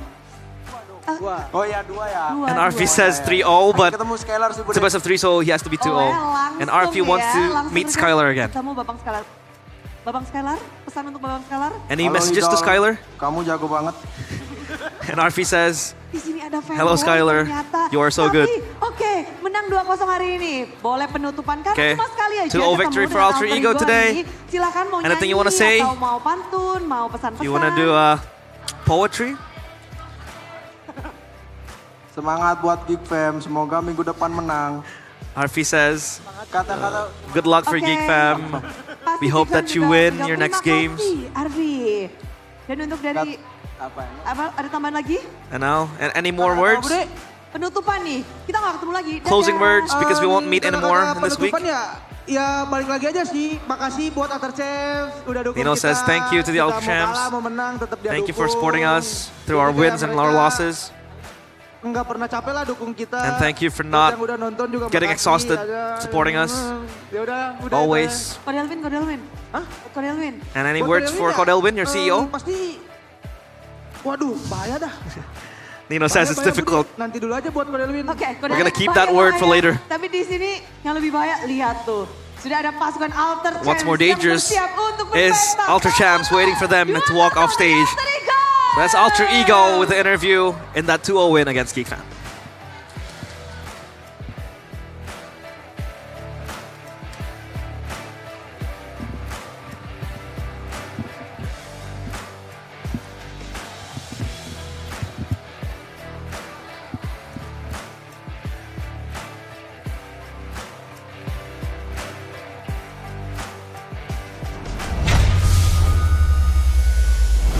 That's exhausting. Translating. Real time. That's very exhausting, by the way. So a shout out to Arashi and Miracle for doing the translations earlier on today. I thought it was going to be easy because I translated the losers interview, but that was short. This one was like 10 minutes long, and I'm gonna make up the words. I'm gonna follow Bude on what she's saying, but hey, it's fun. It's a new experience. Yep. But all Bude was saying is that Alter Ego, they only played once this week, so they put all their efforts to beating Geek Fam, and they can't wait to meet Onyx again. Yeah, I think Geek Fam also put all in their efforts to Alter Ego, unfortunately, and it just didn't work out. Arashi, what happened? What? What happened? What happened, man? I really don't know, man. I don't have answers for you. I feel like it's between Alter Ego and Geek Fam and a higher power. Higher power. Because I have no clue. But for once, no Soriko, man. No. Finally a moment for Alter Ego. Yep. I feel good for them, and it's going to be Arfi, the player of the match, presented by the official German smartphone Samsung Galaxy S25 series. He is the player of the game and of the match too, with the Harith, Harith performance. Anything you want to highlight? Because I think this was a one-way street for Alter Ego, this game particularly. You can highlight the fact that Arfi was doing well in the laning phase, right? Kind of avoided falling into any kind of traps, any kind of baits before level 4. And after level 4, pretty straightforward, right? Abuse that Zaman force, use that sustain, try and participate in the team fights, and that's what he did. And honestly, in this situation, you can see the amount of times that RP comes in, and the kills are there, you know? There was nothing crazy that RP had to do, but all the way from the game number 1, this guy's Harriet was a problem, that's for sure. I give a shout out to Alec as well for setting up a lot of these kills, at least in game number 2, right? Game number 1, less of that. Game number 2 here, the Badang was a bit of a menace. Also, shout out to Yazuke for actually playing on the Yisun Shin like really, really well as well. Overall, you can say that it's a group effort, but yeah, let's hope they can continue this kind of performance, this kind of confidence later on against the other teams as well. I just can't believe it, Geek Fam. For me, it was I saw the vision, you know? I was like, all right, it's gonna be Badang, and they can flex it, and then the Phobius came through. It's like, what did they ban? I forgot. The last 2 bans for Geek Fam. Khalid and Ruby. Yeah, okay, Khalid, fair. Khalid's really good. Fair. But Dang though, letting it go when you have a CC already, like that in itself is good. But then I think what's worse is picking the Valentina. Yeah. This discomfort though from a boy, when is it gonna stop? Because it seems like a team has to kind of compromise from maybe, I don't want to say weakness, but like, you know, a boy not comfortable playing this, that, they gotta compromise that. In the current meta, you need to be able to play Farsa. All the top teams have good Farsa players. Rins, Hijume, Sans. I like how you said Rins first, but yeah, Sans. Yes, sir. Rins, Moreno. They all play Farsas, man. Like, Farsa is crucial. It's so good. Why? Fabian? Fabian? Oh yeah, he did play. Because of this guy right here, the Harrod and the Yisun Shin, dude. You pick up the Lancelot, you force the Harrod Yisun Shin on the other side, but there's no counter. The fact that Alter Ego let it go, it was supposed to be value for you, but Geek Fam weren't able to punish those little mistakes in the draft. But wow, why is that? I'm so confused. Because, like, what did the Valen bring to the table for Geek Fam? Nothing more comfort, right? No, for sure, the ultimate is not in the picture here. Exactly. Yeah. There's no IMU value coming in, which is why I was theorizing, is it the sustain? Is it the brawling prowess? But even then, right? We were talking about Phobius even before seeing the Valentina, just for the Lancelot.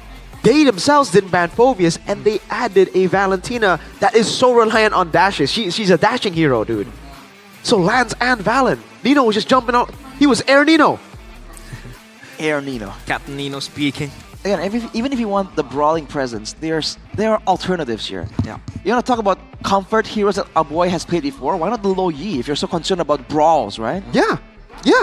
I'm just saying, the options are there, and the better alternatives are there as well, you know? So, a Lo Yi would have given you the sustain, right? The AoE as well. And there's no fallback. What's the fallback plan usually is to clear waves. You don't do that on Valen. That's the question I want to answer, but let's take a look at Alter Ego's communications here in the mic check that we will queue up right after this. Nanti gua ada konsil guys buat di Lord. Ayo guys, buka kiri pede. Dia belum hit ya guys. Ya, missing semua musuhnya. Udah di hit. Baru. Ayo gerak dulu. Cuma nyusul aja. Gua nyusul sih. Konsil. Seburtik. Bukain no. Bisa untuk kapan? Ke kanan, Cok. Seburtik sini main. Depan, ayo, depan, Wak. Ayo no. Ini depan, Wak. Gua skill 2. Gua sama Cok. Aman, Wak. Kasih tahu, Wak. Goyang, Wak. Buru nama gua, Meng. Purip, Kimi. Santai. Gua dapat. Ranus purify. Kimi purify. Lihat gua. Ada gua, Meng. Mati dia, mati. Santai guys. Enggak ada purify. Tenang guys. Ayo maju nih. Kalau dia bandel. Jangan sampai kayak gitu. Valen di atas guys. Gua angkat. Udah santai. Itu masih dapat. Atas gua lepas dulu ya. Dapat. Ada gua. Cancel juga. Guys, habis itu mid bisa enggak? Bisa. Gua lamain ada birunya, Cok. Gua konsil komit. Awas ada lancar. Lihat midnya, Cok. Backup dulu aja. Tarik. Lancar. Lihat gua lancar, guys. Lancar. Banget. Nice one. Guys, kita bisa bawa lagi, guys. Bisa. Dengerin gua, guys. Oke, no. Ya. Gua tahan dulu ya. Guys, bagus guys, bisain guys. Lihat posisi gua ya. Gua belakang guys. No. Atasnya biarin no. Kita bareng Lord no. Ayo guys. Lihat gua ya. Gua dapat lance. Lance mati guys. Nice banget, boy. Gua angkat, Baloy. Nice, Van. Nih gua angkat lagi nih. Sama gua, Van. Ayo, Van.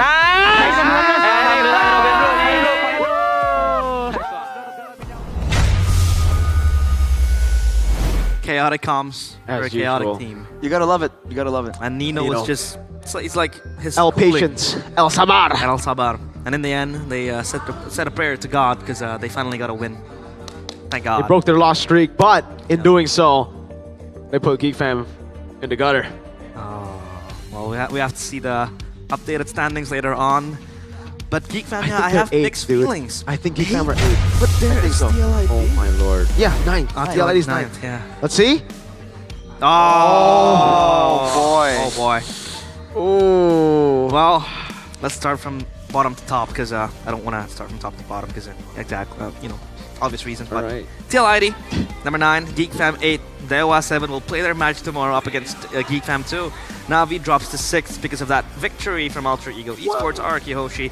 Still, number 4, EVOS with that loss will drop to 3rd with Bigatron by Vitality, able to get up top to 2. And if they win their match tomorrow, We'll stay at 2. against RQ, you're still gonna want to stay at 2. And Onyx, just being Onyx, no losses yet. By That's the way, crazy. They've only played, like, Bigatron have played 7 games, 7 matches. Onyx have played, well, that'll be their 7th. It'll be BTR's 8th against RQ here. Geek Fam, okay, they have a chance, a shot at redemption. This is the current 8th place holders versus the previous 8th place holders. Yep. So yeah, this is the schedule for tomorrow. Onyx against TLID. TLID, their day can't get any worse. No. They're gonna face Onyx. Oh my lord. And imagine if they pull off a win tomorrow against Onyx. Okay. That'll be Yeah, great. For them. that would be crazy. That But- would be ridiculous, but it's unlikely. Unlikely. Just I hope for their sake they win. they won't. Bigatron against RQ. Dewa against Geek Fam. So the teams that are not gonna make it to playoffs are 2 teams? 3 teams. So I think right now it's actually, man, I really hope Geek Fam can find their form. Yeah. I put TL, Dewa, and Alter Ego as the no playoffs teams. Really? Yeah. In your For- tier list. Before the season started. I put Geek Fam at number 2. So technically I wasn't that wrong. They're just number 2 from the bottom. That's very different, man. Yeah. Flipping tables. How do you Match feel number though? 2 tomorrow, though. That's a fun one. That's a match I'm Whoa. looking forward to. What was that, Rashi? Tourette's. Is that you feeling, doubtful? yeah, about that's, are that's you, your, are you Being scared? excited, Are you bro. scared? Are you scared? Never Defense scared. mechanism. I'm VTR, bro. How do you feel facing Bigatron tomorrow? Are you confident? Can you imagine losing to a bunch of clankers? A bunch of clankers? Hey! I'd rather lose to a clanker than to a king. King. Kind of find a slang for a king, Let's take a look at this. Go Pay Games Oh, Superfans Cup my now. lord. V-Nation up top. The Cavalry, Bigatron Troopers, what the hell? unlike their mother team, Wow. are number 2. happened RQ there? Kingdom going 3rd. Geek Fam Unity. And Sonic Republic 2 dropping into 5th. Alto Champ. Nation are insane. Bigatron Troopers. Cavalry as well, dude. Oh man. Yo, Cavalry number 2. Wait, what about Anak Dewa? Why? The Cavalry might just replace the LID and MPL ID. Oh my lord. Don't say that. It's messed up. I mean, Well, like, they are 2-0. They yeah, are I mean, like, undefeated. I'm talking about the standings, Like, the standings Oh, do boy. match, We just That's replaced. rough, realize, even for you. Dang. My bad. There you go. I'm Chefin instilled something onto me. Yeah, I Chefin. can't kind of shake it Oh, off. hey, Sheffin. Speaking of Chefin, Sheffin. he's gonna be here tomorrow, so we're gonna make. Oh my lord. Mirko will not let him hear the end of it, dude. Yeah, for he sure. won't. No. It's gonna be very nice, Chefin, get especially ready, if Geek brother. Fam loses tomorrow against Dewa. If you wanna watch all the action, don't forget to buy our tickets for your favorite teams matches and get the chance to join the Superfans Cup. You can only buy them at gopay.co.id/games because this is the GoPay Games Superfans Cup. Check it out, guys. Superfans Cup, if you guys want to join, just come over to the arena and you can support whoever you support. You can play for whoever you support. I support DJY. What team is he in now? He's out. Free agent. His team got He's done. relegated, dude. It's done. That run is done. At least he's never lost a game in MPL Is he Malaysia. still clipping? Dude, no. That guy is honestly he's a fraud. He's such a fraud. No. Yeah, he's a fraud. He's a not legend. Clipper guy anymore. Okay, tell he me used now. to be a Clipper guy. Tell me now, how many times did Call TZ lose? A lot. He's lost a few How many times did DJY lose? 0. 0. How many times did Call TZ lose in MSC? Multiple times. Multiple times. How many times did DJY DJY lose in MSC? 0. And M series and whatever is that. Oh, someone else didn't lose a single time in MSC. I know that. It's Vitality and Vivian. VNV, Vitality and Vivian. Because Gaming on Phone 2025 Awards is back, and this time Mobile Legends Indonesia is part of it and will be part of it. There Check will it out. be 2 nominations representing the Mobile Legends Indonesia ecosystem. Number 1 is Vivian, obviously nominated for Mobile Esports Player of the Year. And number 2, Team Vitality, nominated for Mobile Esports Team of the Year. If Vivian wins this award, it'll be a huge milestone in MLBB, especially for women ecosystem and MLBB in 2025. So don't forget to support Samsung phone, the team and the player by scanning the QR code with your Samsung phones right there. And your vote is going to be the key to victory. KTV, Arashi? All right, I'm gonna vote for her. What's the KTV here? Mobile To show Esports. the power of Indonesia. Wait, Carl Tizzy is also nominated, bro. Carl Tizzy is there? Carl Tizzy, Nepomuceno. Wow. Carl Tizzy, my goat. Well, yeah, the goat. I'm gonna vote for Carl. I'm sorry. You're not gonna vote for Vivian? Nah, just kidding. I gotta vote for my goat. Well, there you go. Done. Done. Bang. Just like that. Look at this. This is Still, proof. You'll get the screen when you vote. Of the vote. Bang. I'm still kind of, impressed by Maykid's Fanny. Yeah, That unfortunately. cable in the orange buff. Oh. The quick cable. You don't know how to do it? I don't. I can't do play this. Fanny. You can't just do this? I can't. I don't play Fanny. I can't play Fanny. No, it's not about how you You lack play. dexterity, it's bro. about you Exactly. having fast fingers. Fast But fingers. also having. See? Try to touch this screen, right? It's very difficult. Oh, dude, you It gets got oily sticky. It's fingers, it's oily dude. fingers, or it's Ah, sticky that's sometimes, true. after eating some snacks. You can use Royal Dust. Oh. You too, Arashi. You already use it. Royal Dust, it'll make it super smooth. Yeah. But it's okay. Sometimes some people don't like Royal Dust because it's kind of dirty in a way, right? Like you have to wash your hands after. Dusty. So you can just use the sleeves too. So you can have dust or sleeves. Both are fine. Both will help you with your game. I personally am a dust man. Dust man. I'm not a sleeve man, but you could very easily be a sleeve man. I think I'm gonna go for the dust because usually after I eat fried chicken, I lick my fingers. So I think I'm gonna do that I think as for well. that reason you go sleeve, dude. No, I'd go dust. It You tastes don't- good. It looks No, good. no, you don't. No? good? This is not Oh. edible. Okay, my bad. Do not I got follow tricked. Royal Dust. I got tricked. You use it. Yeah, use it. Don't lick your fingers for that because Yeah. it's gonna make you It's more not finger licking good, fingers dude. fast. It's not finger licking good. It's finger mechanically good though. Yeah. So don't forget to get Royal Just like Dust these guys. for those insane Fanny mechanics. And now, don't forget to get your tickets too, because tomorrow we'll still see the continuation of MPL ID Season 16 Dewa up against Geek Fam live in the MPL Arena. Geek Fam against Navi in Week 5 opener in Friday. Whoa. On Friday, 19th of September 2025. Don't forget to get your tickets and ID stripmpl.com/tickets.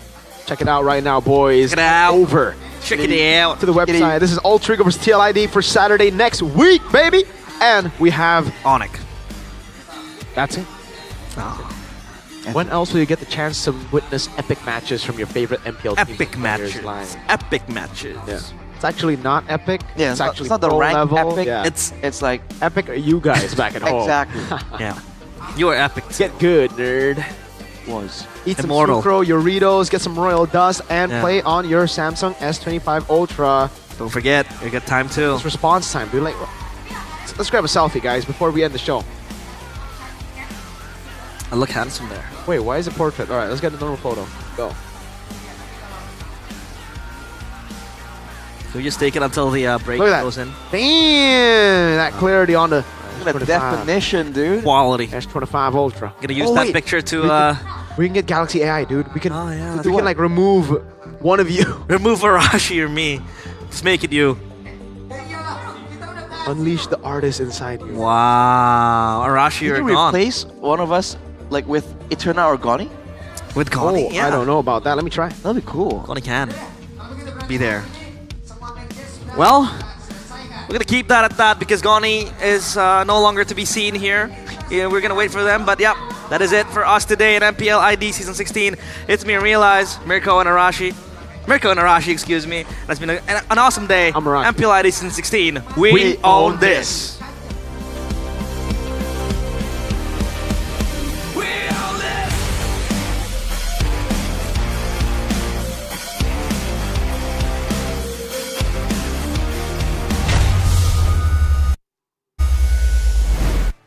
Yes, dan di sini Bude Clara akan menunjukkan beberapa hal yang menarik karena rupanya dari 3 match 2-0 ini, sepertinya mengubah adanya fans pick. Jadi super fans pick untuk hari yang kedua, penutupan di minggu keempat hari yang kedua. Bagaimana? 9 tim akan mendapatkan suara dari super fans. Inilah dia.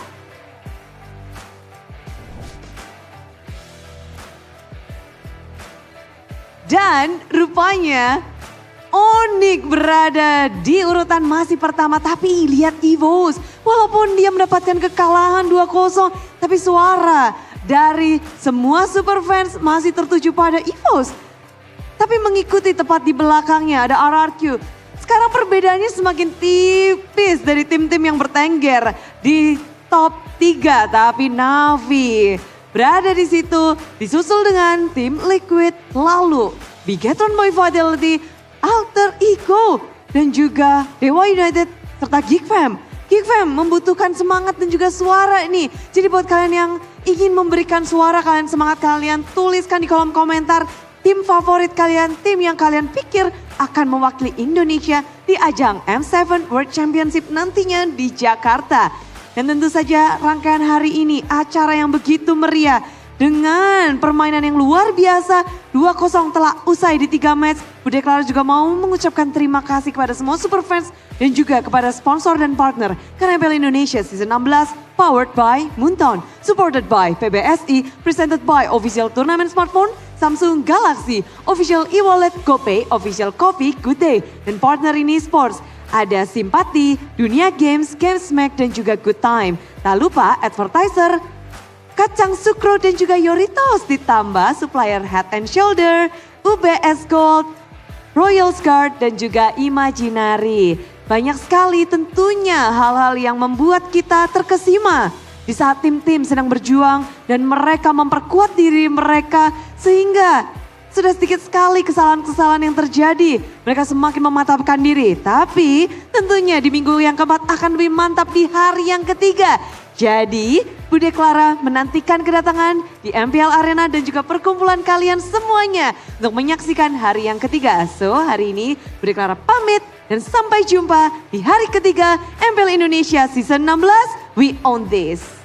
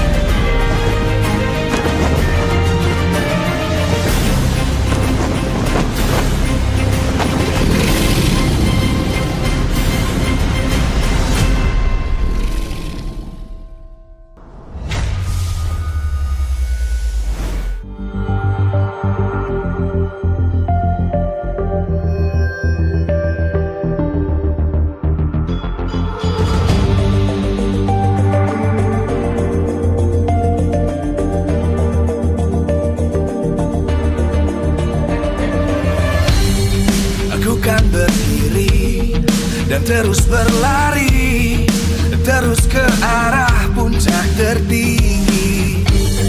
Ku takkan berhenti, hanya sampai di sini. Kemenangan